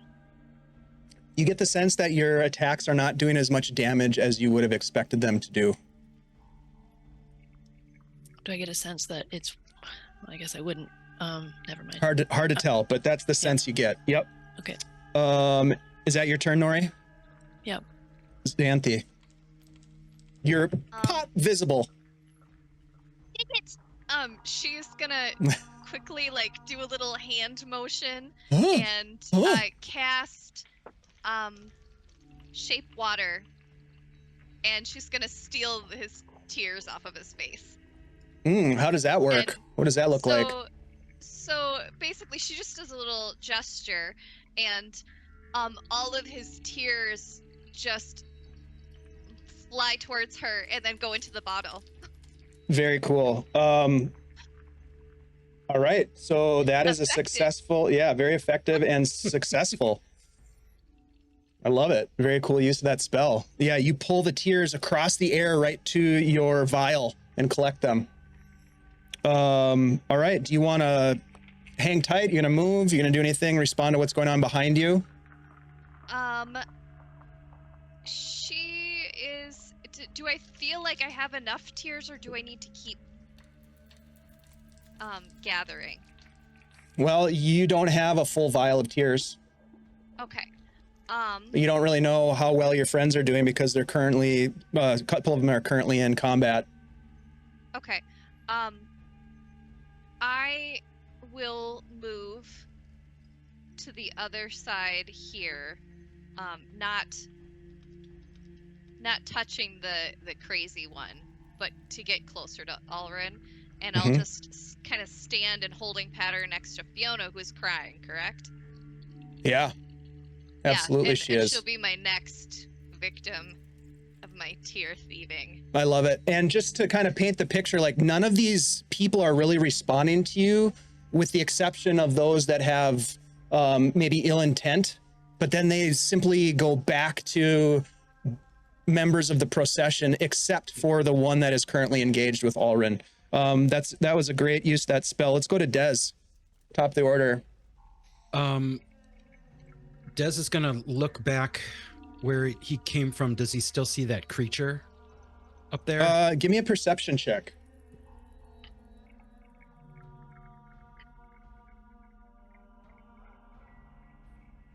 Perception. 17. Yes, in fact, you do. And I will say that I need a Constitution saving throw as you look directly at this creature. And it looks back at you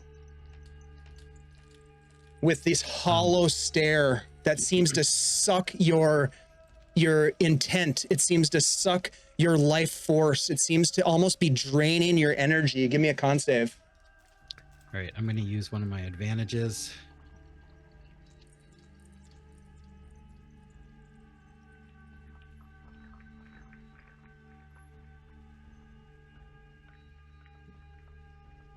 That is a con, you said?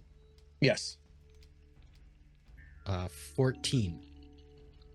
Okay, you feel the psychic energy starting to drain from your body, but somehow you break away and look away from this creature, and you're able to save yourself from some serious pain as a result.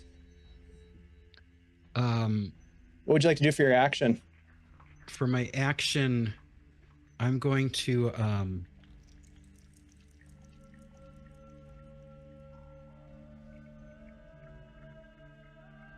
What's up, Cardman? oh jeez.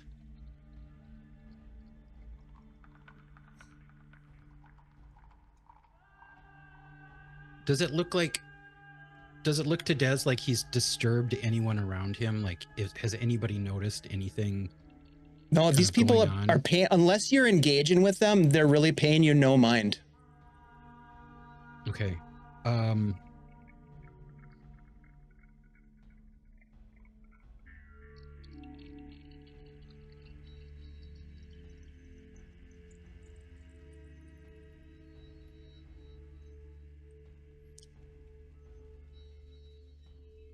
Sorry.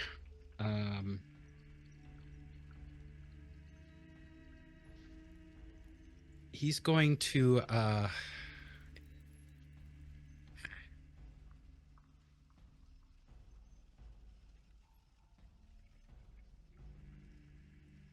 Yes. yeah, he's just gonna pull his crossbow then and fire it off at this thing's face. Which thing? The thing that would just try to Suck your life. yeah. The thing that just kind of attacked him somehow. Okay. As you look for a target, you just see an individual walking ahead. There's like a crowd of these pilgrims walking. Give me a quick perception check. All right. 14 plus 5, 19. 19. Okay, you can tell that it is. How do you ping? Oh yeah, this thing. It's this individual here.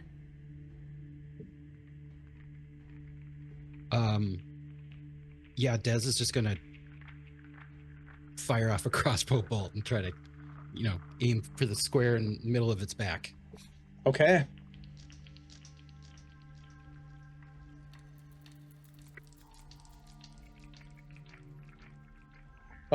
You will have. Yeah, go ahead. It's 23 to hit. Yep. Go ahead and roll damage.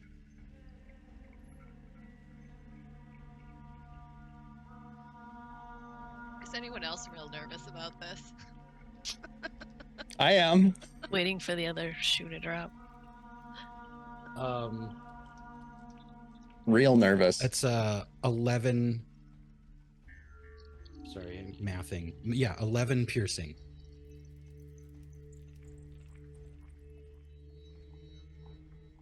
Is this magical damage? It is his +1 crossbow, magical crossbow. Okay, got it. All right, yeah.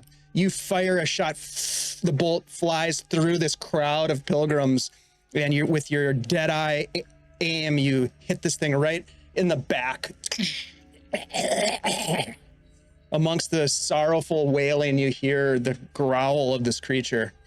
What else would you like to do? Is that the end of your turn? Bonus action, he's going to try to hide behind some of the people. Yeah, go ahead and roll a stealth check. Okay.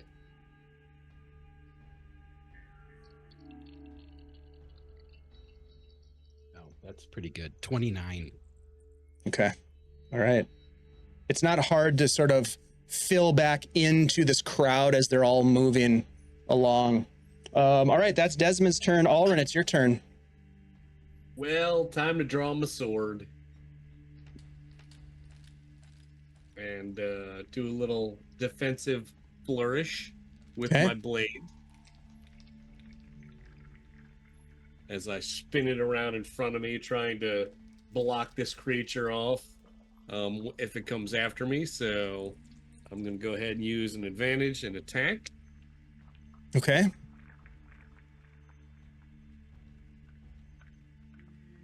That is a 18 to hit. Hits. Roll damage, please. Sweet.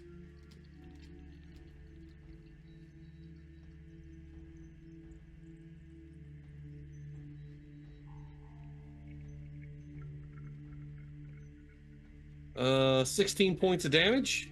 What kind of damage? That's my magic longsword +1. Okay.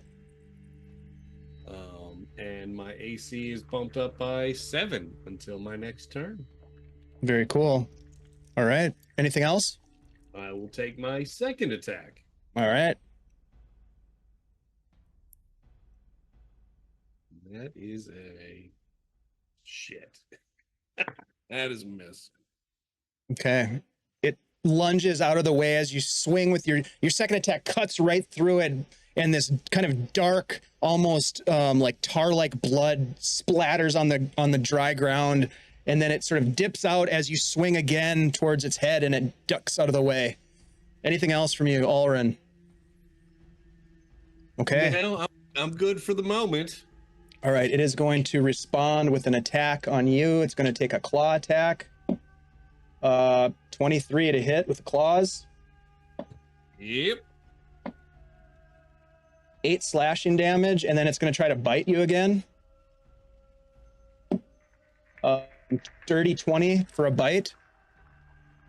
Nope, currently 22. All right, very cool. Yeah, it bites down on you, and this bonus to your armor class as a College of Swords bard, is that a magical effect, or is that more of like because of the flourish of your blade?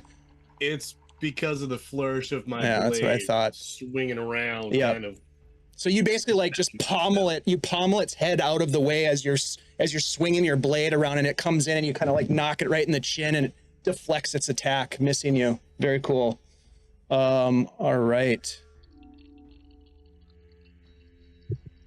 And then over here.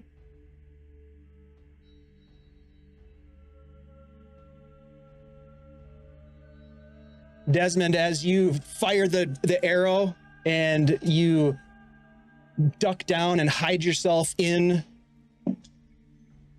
you feel safe, but you feel the immediate impending sense of darkness from a very close location from where you're standing right now, and it sends a shiver down your spine. Give me a wisdom saving throw, please. This is less of an attack that's focused on you and more of an area of an effect that you happen to find yourself in.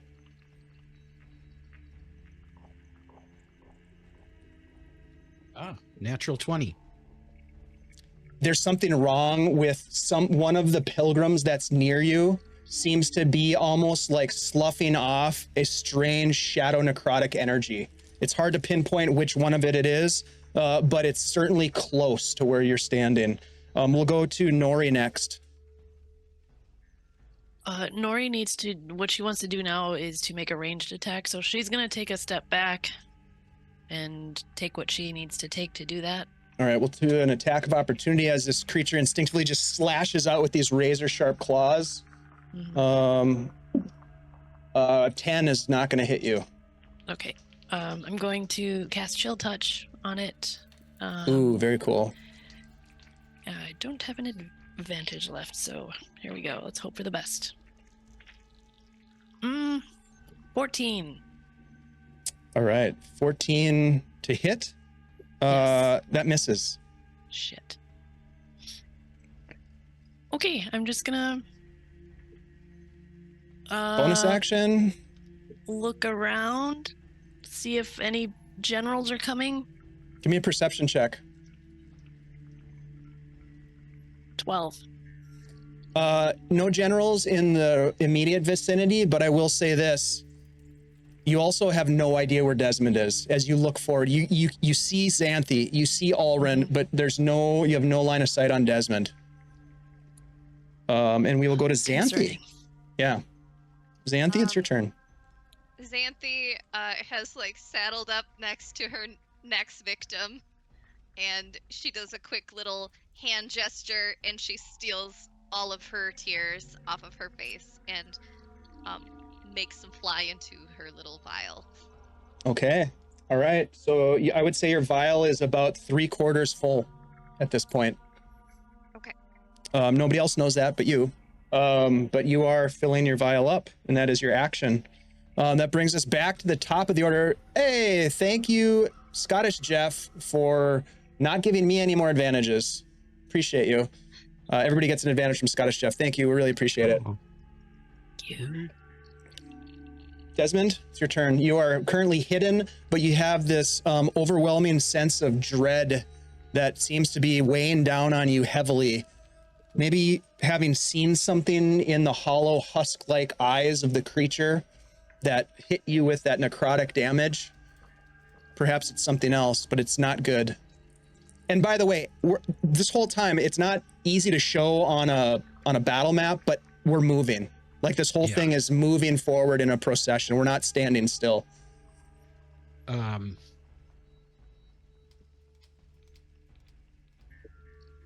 Can Des can still see the thing pretty clearly though? Give me a perception check. Okay. Oh, not as good. 14. You're not sure where they are. There are so many people in front of you. It's unclear which one of them was the creature that startled you. He's feeling pretty freaked out in a particular sort of way, so he's going to cast protection from evil and good on himself. Oh, very cool. All right. And that takes your action. Do you have a bonus action that you'd like? Bonus action, I'm going to, I'll try to stay hidden behind some people, kind of blending into the crowd. Okay, give me another stealth check, please. All right. Oh, another nat 20. Whoa, nice. Woohoo! Good timing for that. All right, so you seem fairly confident that you're hiding well within the throng of pilgrims that are walking in this long line. Alrin, back to you, my friend. I'm gonna keep hitting this thing. Okay. I kind of noticed Xanthi over there doing her thing to Fiona, and I'm just kind of nodding at her, but I'm gonna do another defensive flourish to try to keep this thing from killing me. Okay. Use one of my fresh advantages. All right. Thank you, Scottish Jeff. Hot off the press. Hot! Oh, It's so hot. woo-hoo! Thank goodness for that. So 24 to hit. 24 will hit. Huzzah! That is 16 points of damage with +1 longsword. Ooh, very nice. I will say this, as you cut through it, the previous wounds that you incurred upon its flesh have healed over. Completely? Some of them. Okay. How much damage? 16, you said? Yes. Okay. And then I will take my second attack, All right. and that is an 18 to hit. Ooh, yeah, that hits. Nice job. This thing's looking pretty ragged. Good.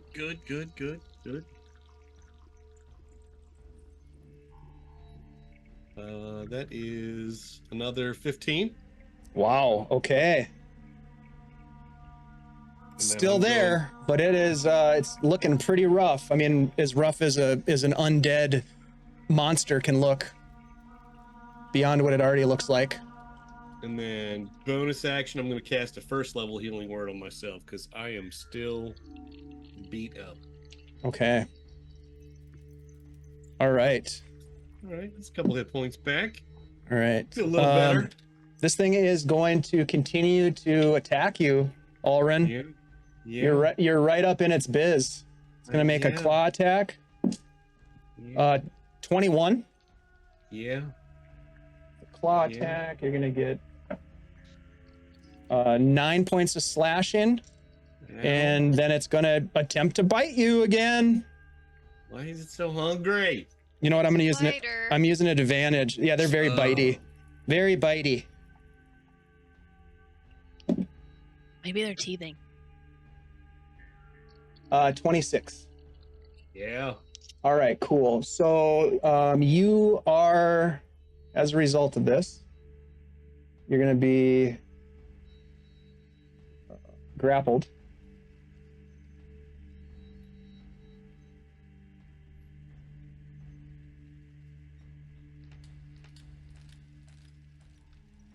And grappled, and you're going to take 8 points of piercing damage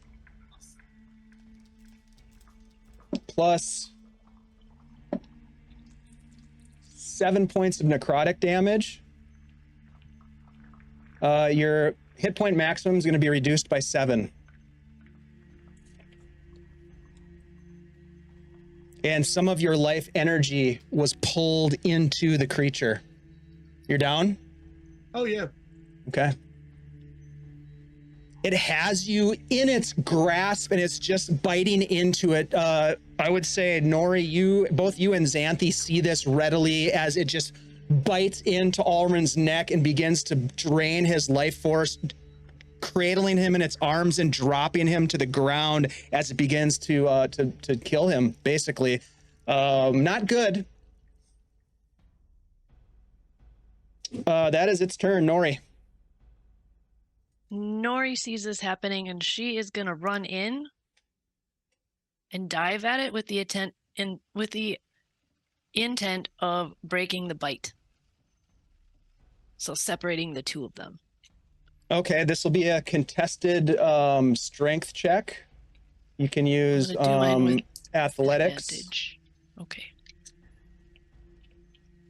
I will use my fresh advantage. All right. Ooh, I rolled a 19 on the die, Oh. total of 22. Yep, did not beat that. Oh, By a long shot. Shit. You don't have So that I just diamond typed for in this. Revivify, Xanthi? I do. I just didn't Oh, want to tell that all right. random dude Yeah. Yeah. I had a diamond. That you have on me. diamonds? You don't Yeah, flash I'm your not gonna- wallet. Oh, I'm not going to God. give him diamonds and cast a high-level spell for free. Gotcha. But if he had the diamonds, I would have used a spell slot for him. All right, gotcha. All right, so Nori, you it doesn't work. You race in Nope.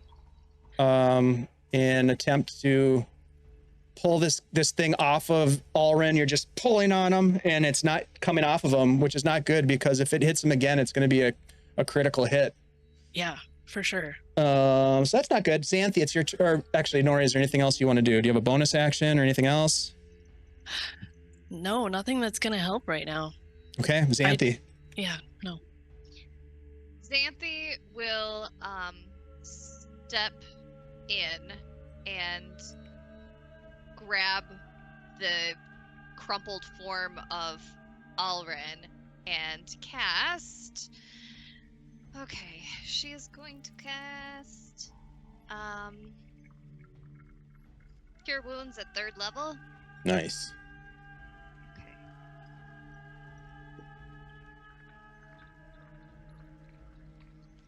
For 21 points of healing. Wow. That's my highest level spell slot. And she's gonna say, Alred, wake up! Alren, you gasp a breath of life, even though it's stale and dry in this landscape. Your eyes open and you see this thing, this horrible creature locked onto you like some sort of Northwoods mosquito with massive fangs just sucking the blood out of your neck. And but you're alive. So that's the good news. That's a bonus. Yeah, anything else from Xanthi? That was your action. Do you want to move, or do you have a bonus action? My bonus action, since I'm a sorcerer, they're all like converting things. So Got it. All right. That's all I got. All right, we'll go to Dez. Top of the order, Dez. Dez is going to he's worried about what's going on behind him, so he's going to intentionally slow down and kind of step off to the side of the road and try to take a shot at that thing that was attacking Alwyn. Okay, don't miss, sorry. because you may hit one of your companions with a ranged attack into melee combat. Okay.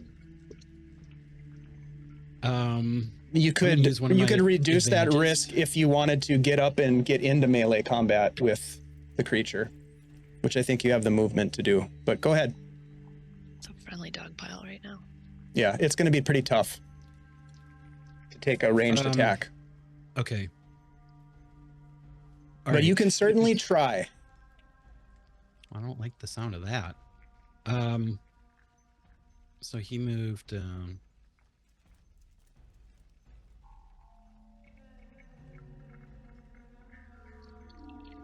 He's going to move up to here next to Nori, and try a melee attack.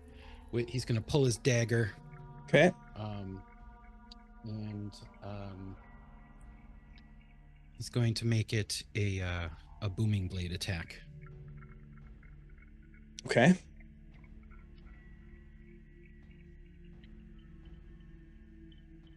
Um, 16 Hits. to hit. Hits. Yep.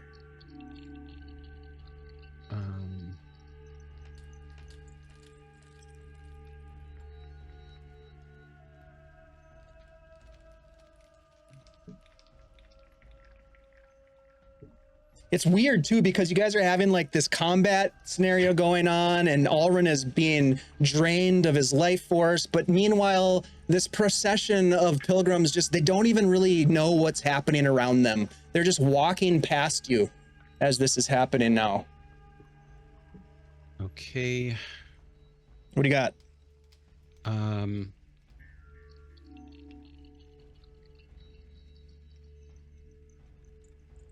Sorry, mathing. 8 piercing and 8 thunder damage. Total of 16? Oh, and then sneak attack. Okay.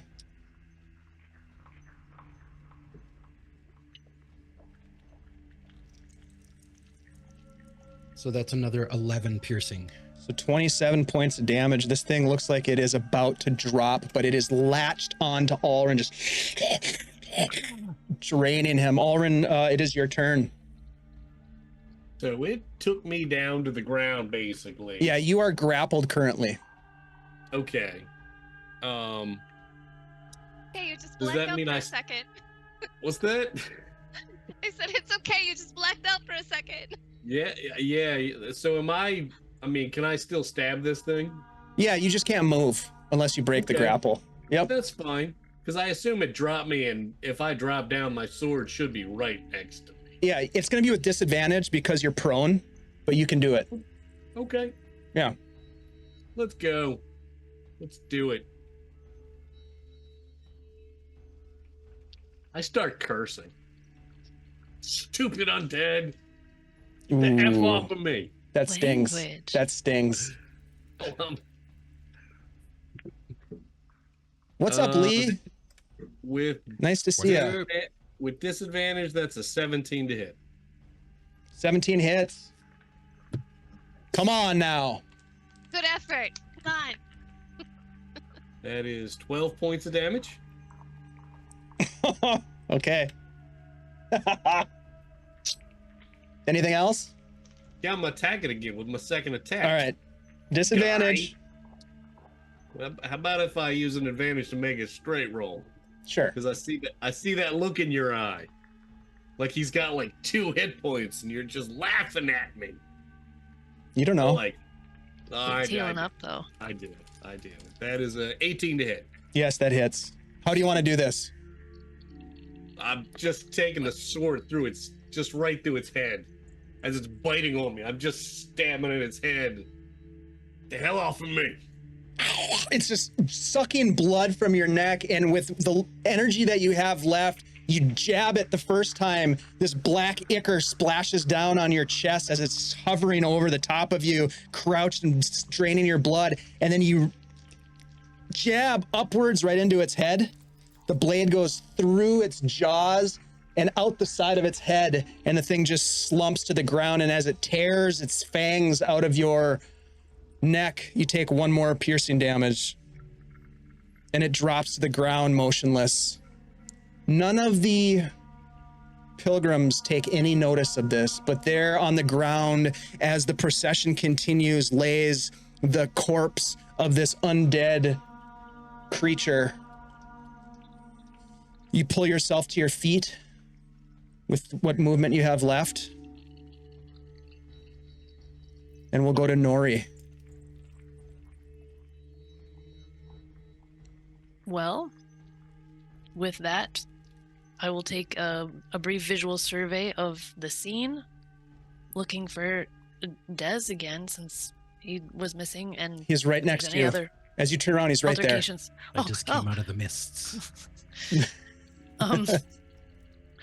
Well, I think we're back to business. I'm gonna look over at Xanthi and see if she looks happy with her vial. Almost done. Dave, I didn't really call it out, but would Dez have been able to kind of keep any of the tears that he collected? Give me a sleight of hand check at disadvantage. Okay.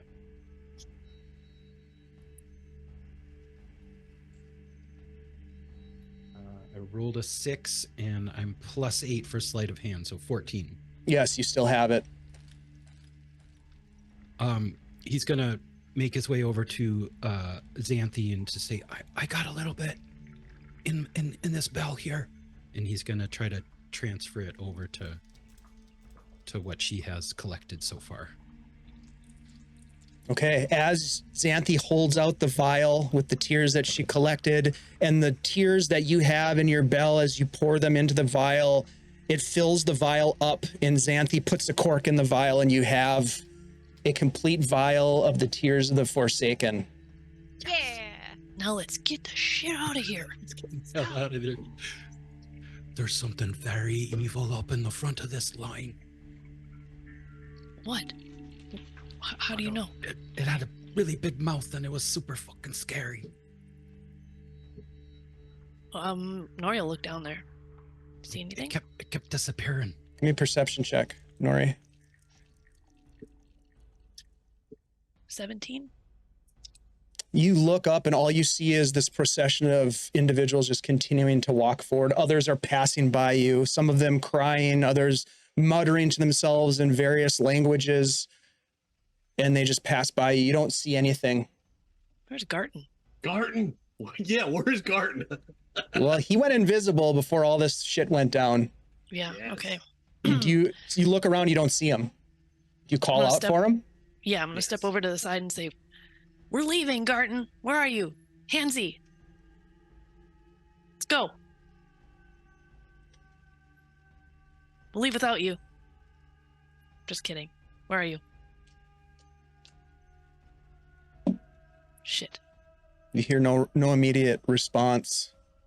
I'm not gonna go up with all these dangerous creatures. We'll peel off or like slow down a little bit and then move a little bit off to the side and And kind of pass. as you do that, Xanthi, you kind of guide the group off to the side of the road, and more of these pilgrims keep passing. Some of them ethereal, like ghostly visage, others wounded and dragging like limp legs behind them, shambling, if you will, towards this thing, but none of them take notice of you, and it just continues like this long, steady conga line of undead as they make their way towards wherever they are going, and eventually you hear this. Did you get it? Did you get what you needed? Garden. Yeah, we did. He goes visible right next to you. You guys gotta stop doing that. Mission successful. Let's get out of here. I'm gonna heal myself twice because I'm still beat up. Do you still want to see the Sorrow Stone? I mean, Man, it's I'm just so beat. up ahead. I think. How far are we talking? Like in terms of hours of walking? I mean, can't you hear it? And you stop for a minute and you listen, and you can hear this strange howling of pain up ahead. It must be close. I knew I could get here. I knew it. So proud of myself. Garten Wait, have saves you the day. never been to the Sorrow Stone? I've never had a reason to come out here before. I've always kind of wanted to see it, to be honest. You just heard the howls from the distance. I have a knack for finding things, they might say. You know, before all this went down with the whole curse and the neck and all the thievery and that cheating bastard of a dragon, I was a bit of a ranger. Traveled the landscape here in the Shadowlands, picking up on the signs of the animals and the other creatures. And I guess I still got a knack for it. We're kind of on a clock, but do you guys want to at least see it? I mean, I'll check it out, but we got to be careful. And quick, right? I mean, you know what? Yeah, Garden, you want to take us over there? Just not like right next to it? Yeah, like, how far away can we still see it? I can hear it. Let's just follow the procession. I would suggest not talking to any of them or engaging with any of them now that we have what you came for. I gotta say, I'm pretty impressed. We'll be really careful. Let's not get too close to it.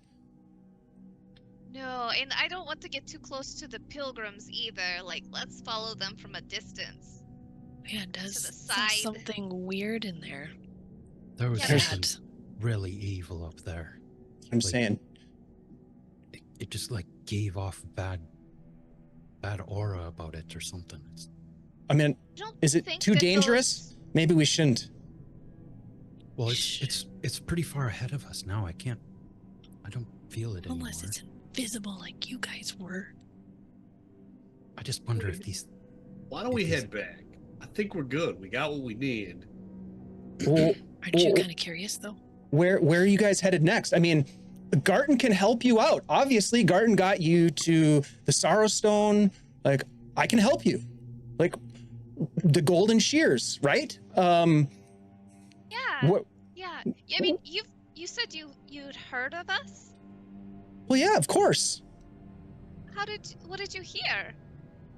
Well, I heard that you showed up under strange circumstances, that you were asking a lot of questions around the House of Black Lanterns, and I mean, you told me yourself that the general and others are kind of out to get you. I gotta say, like, that's kind of badass. You still Like, want to hang out with us, though? I'm not willing to get myself killed, but I could probably help you. I mean, I'm pretty good at finding places. Insight check. What are you trying to insight? He's lying. He Yeah. doesn't know. About I'm- what? It's okay. He's Being just good trying at to be finding He's trying to be places. down. All right, Yeah, go he's ahead and trying give to me an be insight check. Does he really think he knows what he's talking about? That's not going to work. That's a 7. Yeah, he seems very convincing that he knows. He believes it. Yeah, he believes that We what could he use a says. guide. We could use a guide. Where We are you heading next? Plus, he's got that cool hand. Let's just go quick see this. Can you get us up there? Yeah, but We still want to do that? I mean, we came all this way. We came all this way. I mean, you said did you wanted tell to see the sights. I did tell you that ring would help you find something really awesome today. And guess what? I think we did. And we just got see? raided by Look. Phoenix and Wacky. Hey guys, Hey. among the pilgrims on their procession comes the raiders from Phoenix and Wacky. Thanks everybody for hanging out and joining us. All right, so you guys are gonna go up and see if you can get some eyes on this important tourist destination in the Shadowlands. Yeah, maybe take a selfie or two before we go. Okie Draw a doke. portrait. Who doesn't? Draw some portraits.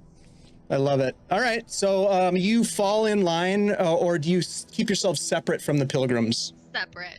Okay, all right. Yeah, So you're a sort of little bit behind clocking them, yeah. and sort of like keeping pace with them as you make your way forward. And eventually you find yourselves gazing upon this massive stone that rises from the barren earth. It's a complete stone. It's not you. It's been described to you as a rock. It's been described to you as a stone. It's been described to you as an archway. And as you look upon it, you watch as these penitent pilgrims walk towards this rock, and it shimmers with light, this kind of a spectral greenish blue light that stretches across the surface. And one by one, two by two, they walk into the light and disappear. And all you hear emanating from the stone are howls of pain and suffering. The archway itself sort of outlined by these runes that seem to pulse with each soul that enters into it. Well, that looks terrible. I think I'm ready to go. Yeah, nope. I don't want to go into the light. Hard pass. Well, we came, we saw, we kicked some butt. Where to next? What can I help you with? Garten is here to help. Is there like a stone on the ground? There's some rocks about, sure. Grab a stone. Yep, souvenir. We're good. Let's go. Martin, do you know the dark flames on the Black lanterns? black lanterns? Do you know where we Yeah, can get some flame like that? Like, can you just go up and burn something with it and walk away with your own flame? Do you know if it works like that? I mean, if it did, I suppose you'd see more of that flame about, right? But it seems rather specific to the House of Black Lanterns, doesn't it? Did you talk to Jarl? We did. What about you said your dragon friend had a That black cheating flame? bastard of a dragon? Yeah. Do you think you could find him again? I mean, maybe. I could try. Would you be willing? Wait, why do we want to find a dragon right now? Yeah. Dragon can make black flame. So and he was nice enough to save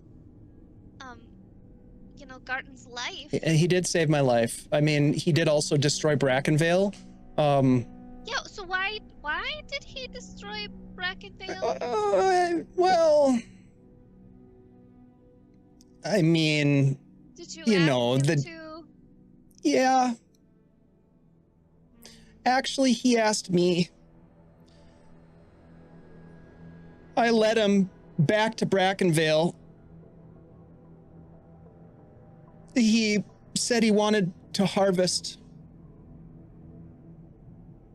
the townsfolk, and then they were so mean. Their souls were Okay, corrupt. well, never. Maybe the dragon isn't that nice. I mean, it's worth a try. I'm not sure if it is. We may encounter him. This dragon anyway. We have another supplier of black flame. I was just hoping a kindly dragon would be a better option, but I don't know if I doesn't mentioned sound it, that but kind. Draxith, the dragon that we're talking about, is a cheating bastard of a dragon. I don't know if I mentioned that before. I don't know if Yeah. his deal's any better than the ladies. I mean, I can ask Draxith for you, but it might cost you something dear. Yeah, it seems that's the cost of this black flame. No matter where you go, it's more expensive than you really want to pay for. What do you know? Yeah. Do I know what? I know lots of things. Is there something that this dragon might want that we could get for it? Probably your soul, or the souls of that's- others. I that occurred to me as I was saying it, and then everything wants your soul down here. Everything costs your soul.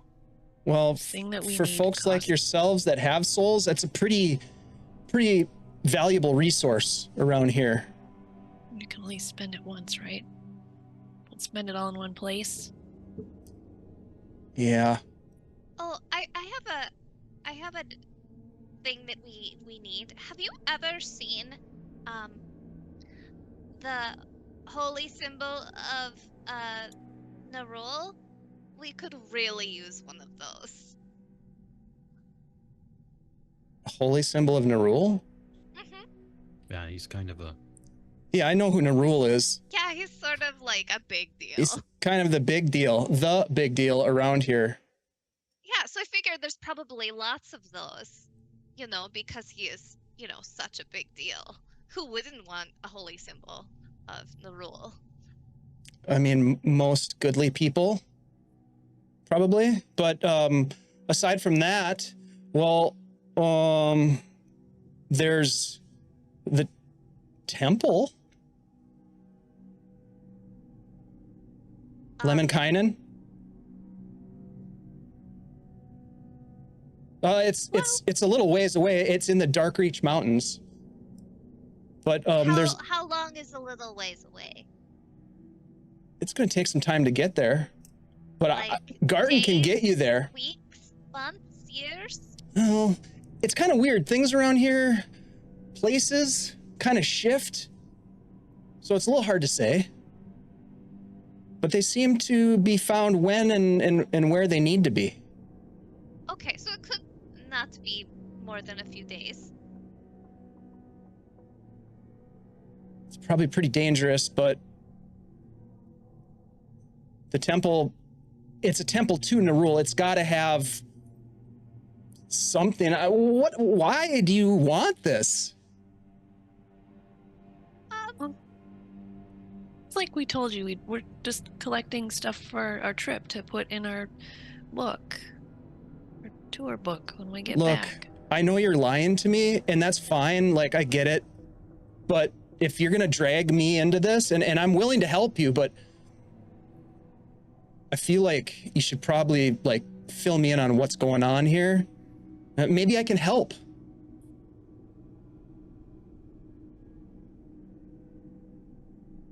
Nori, what do you think? It's up to you. It's your call. Quest. Let's tell them. So, you know how the queen kind of disappeared, and then you know who kind of took over? And how things have kind of gone to shit. since I've heard. then. I've heard. Everything's kind of stuck around here. So, like, you know, most people wouldn't mind if things went back to how they were before. Like How would you- way before? Yeah. Like, I mean, what are your feelings on that? Would you like how it was before? I mean, Were you even around for that? I wasn't around for what was before the one who shall not be named was in power. But I've heard stories, and it was a different place. I mean, people talk. I think there's some strange things going on here in the Shadowlands, and there's some dark evil at play. Mm-hmm. Doesn't have to be like that.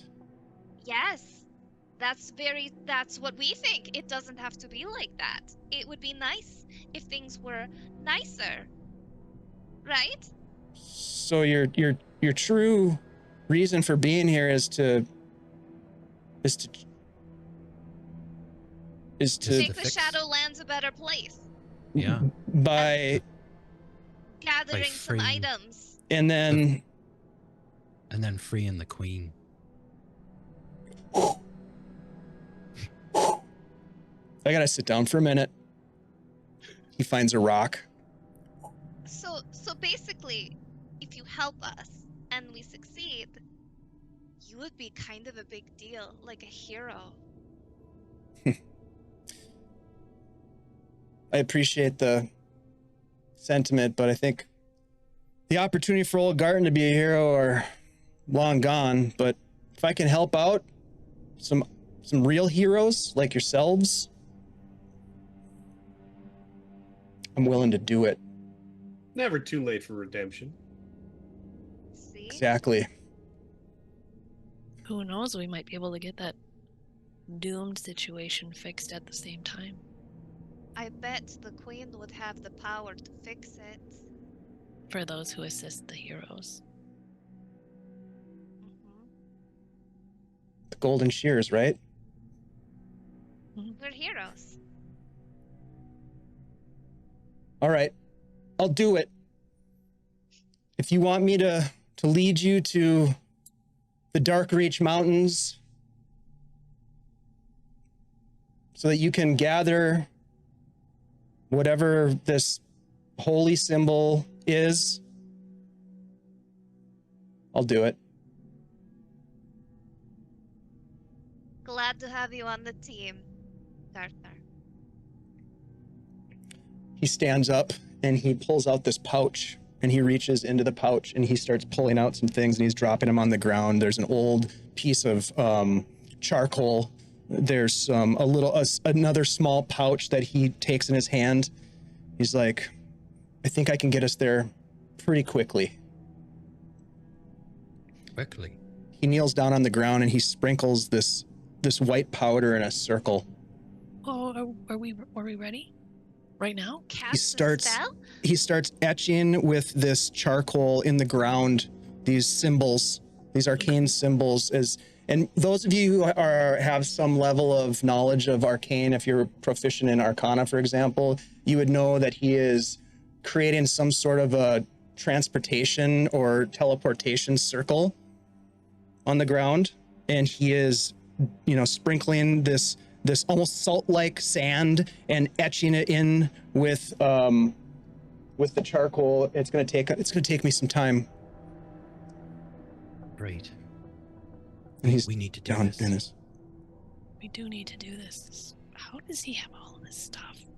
I don't know, but this is very lucky. Oh, I picked it up in Brackenvale along with everything else, he says over his shoulder, and then he goes back to drawing How out does these he runes. know how to do this? He then? gets up and he's like, Well, I mean, I wouldn't use my high level spells on somebody that wasn't a friend, right? So, Well, I mean, a lot of the problems we've had so far is we just never know where we're going. yeah. If he knows where we need to go, this is great. Xanthi's gonna see if she can keep an eye out in case danger is approaching while he's doing the spell. Okay, give me a perception check.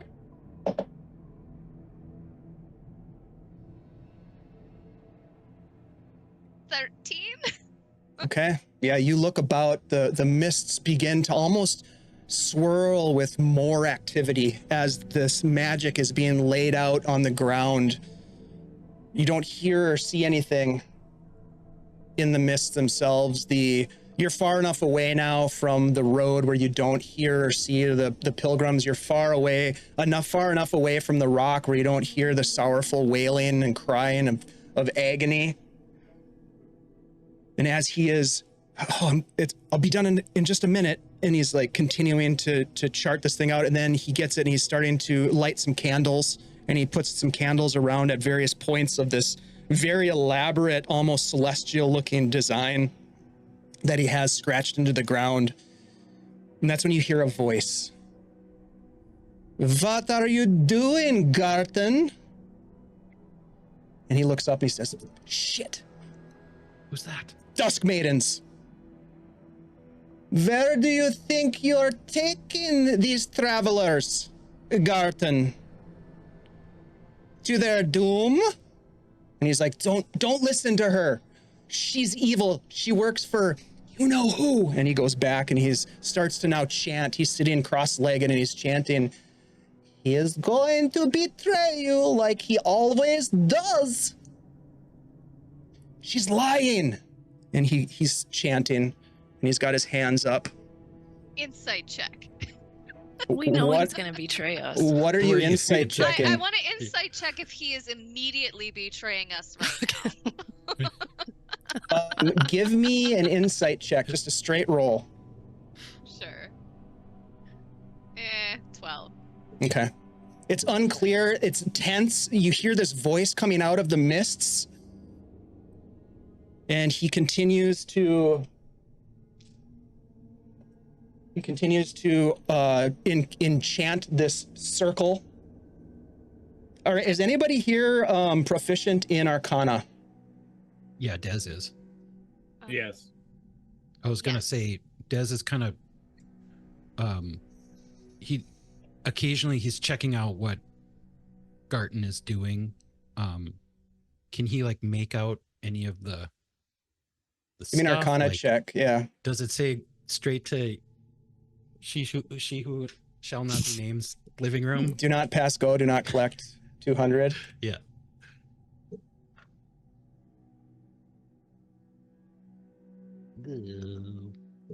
14.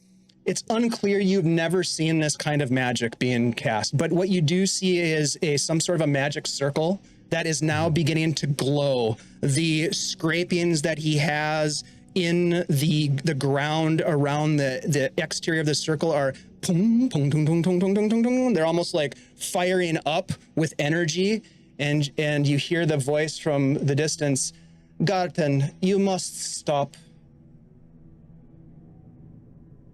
Your destiny is not to betray these like you have the others. And with that, you see Garten suddenly go, "Wah!"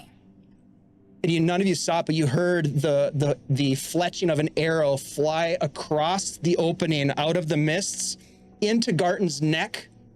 And he's just like, blood starting to fall out, even more blood than he already does. He's unable to continue with the incantation, and the runes start to lose their magical glowing energy. Boom, boom, boom, boom, boom. And you watch as this individual steps from the darkness, a tall, slender, presenting as a female in form, long black hair, exposed left arm with this intricate design of swirling runic tattoos, and upon their face, a mask a mask that is metallic in nature, and it has almost like a mimic of the swirling pattern of the tattoo on their arm. And she steps forward and she says, "This one is doomed to betray, just as he betrayed those from Brackenvale, leading Draketh to his quarry. This is not for you." Then she bows and says, "I am Thota, Dusk Maiden of the Queen of Shadow. I will guide you to Darkreach, for your destiny is to destroy Jatzok." And she walks over, and with a deft swing of a small dagger, she cuts Garton's head off, and it just rolls down into the magic circle. And as you look down, as his blood splatters into the magic circle, you see this massive draconic claw reach up as if it was going to come out of the circle, and then it pulls away as she comes up, and she just, with her foot, wipes the circle away. This whole time, Des has just been, has his crossbow out, and he's just kind of freaking out. Yep. And with that, I think this will be a really good point to end tonight's session, as your guide Garton has been laid to rest, as it were, and you have just met one of the Dusk Maidens. I guess we'll have to find out next week where Hansy is. Did Hansy escape the clutches of the dragon? That's the cliffhanger. We'll never know. We'll never know until next week. So we'll hang it up there for this week, and we'll come back next week as you potentially make the next leg of your journey to the Darkreach Mountains with this new individual, should you choose to accept their offer. I guess we'll find out next week. Thanks everybody for hanging out with us. Really great to see folks bopping in. Phoenix Iwaki, thank you so much for the raid. So good to see you. It's been far too long, my friend. Really looking forward to some collaboration coming up in November. Please, if you have a chance, please give Phoenix Iwaki a follow. Let's go around the tabletop here, and I'll have my friends say their goodbyes. I'm going to also be looking for our raid target, so stick around. We're going to go raid into some friends here who are streaming on the interwebs. Let's go ahead and start with Chad, the Vamp Wickman. What's up, everybody? Chad Van Wickman. I'm here on Tuesdays for Heroes of Greyhawk. I'll be playing Sunday on the Gary Con Live channel. Garner will be trying to kill all of us. He loves to kill me about as much as Dave does, even though he has new targets, apparently, for this adventure that he wants to kill more than me, and that's... I don't know how I feel about that. I feel a certain way about it. A little sadness inside that, I am not the number one target of murder, death, and misery and stuff like that.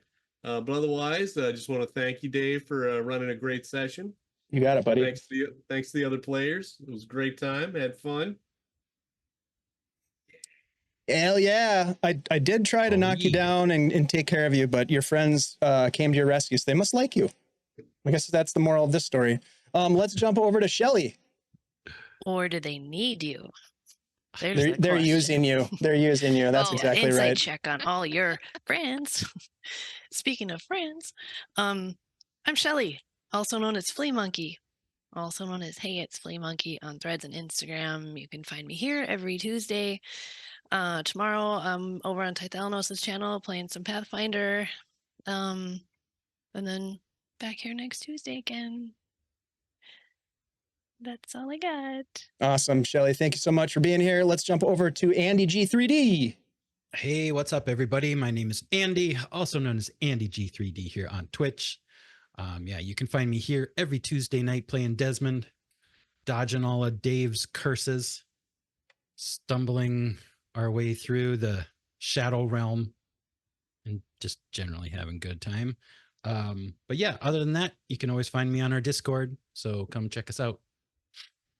We have a good time over there. Yes, we do. Thank you, Andy. Appreciate you, buddy. Let's jump over to Ashley. Hey everybody, I'm Ashley, also known as Minnesota Muse. You can find me as Minnesota Muse on our Discord on Blue Sky or as Minnesota Muse 99 on Threads. So come by and friend me. You can only find me here on Guild Superior right now. So you'll have to come see me next Tuesday. See you then. Hell yeah. Thank you so much, Ashley. Great use of that. What was it? The water spell, the control water. That was really cool. Yeah. I That's- had a little help from That, Chad, who was thank- like, "Why aren't you using that?" Yeah, Well, that was me. very helpful. Oh, sorry, Andy. Sorry. Yeah. That allowed you to collect the tiers without having to make rolls, which was nice, because that's what was causing you guys trouble, was the failed rolls causing the creatures to emerge. You guys, my name's Dave. You guys know me. I play games, produce games, run games here on Guild Superior. And a couple of quick announcements before we sign off. And we're going to raid into our friends at ADHA Adventures. We are going to be streaming a session of Shadow Dark this Thursday night here on Guild Superior at 8 p.m. So stop by and hang out with us for that. It should be fun at 8 to 10 p.m. Central. We have a bunch of things in the works for October and November this year, including a fundraiser that we're going to be kicking off with Phoenix Iwaki and Folk and Myth and some others starting on November 1st. So look for details on that. If you like what we do, please consider supporting us through a follow or a subscription. That is how we are able to raise funds to, in turn, work with artists to do things like custom art and the banners above our head and all of our little subscriptions that we have for the things that make our stream fun and look good. So help support that. We also, let's see, there's one other thing that I was going to say. Oh, GuildCon is coming up. We're so excited to be partying in person with a bunch of our friends. If you want to learn more about the Guild Superior, GuildCon games that we play and other things, please consider coming on over to our Discord. We've got a really fun community over there. A bunch of goofy nerds who like to post coffee gifts and talk about TTRPGs and share recipes and all that good stuff. There's been a lot of pets lately, so it's been really fun. Yeah, we're going to go ahead and raid into our friends over here at ADH Adventures. Thank you all for hanging out with us tonight. We really appreciate you, and we'll see you on Thursday for Shadow Dark, and then we'll be back here next Tuesday for the next part of our adventures in the Shadowlands with our Heroes of Greyhawk. We'll see you next time, everybody. Bye-bye.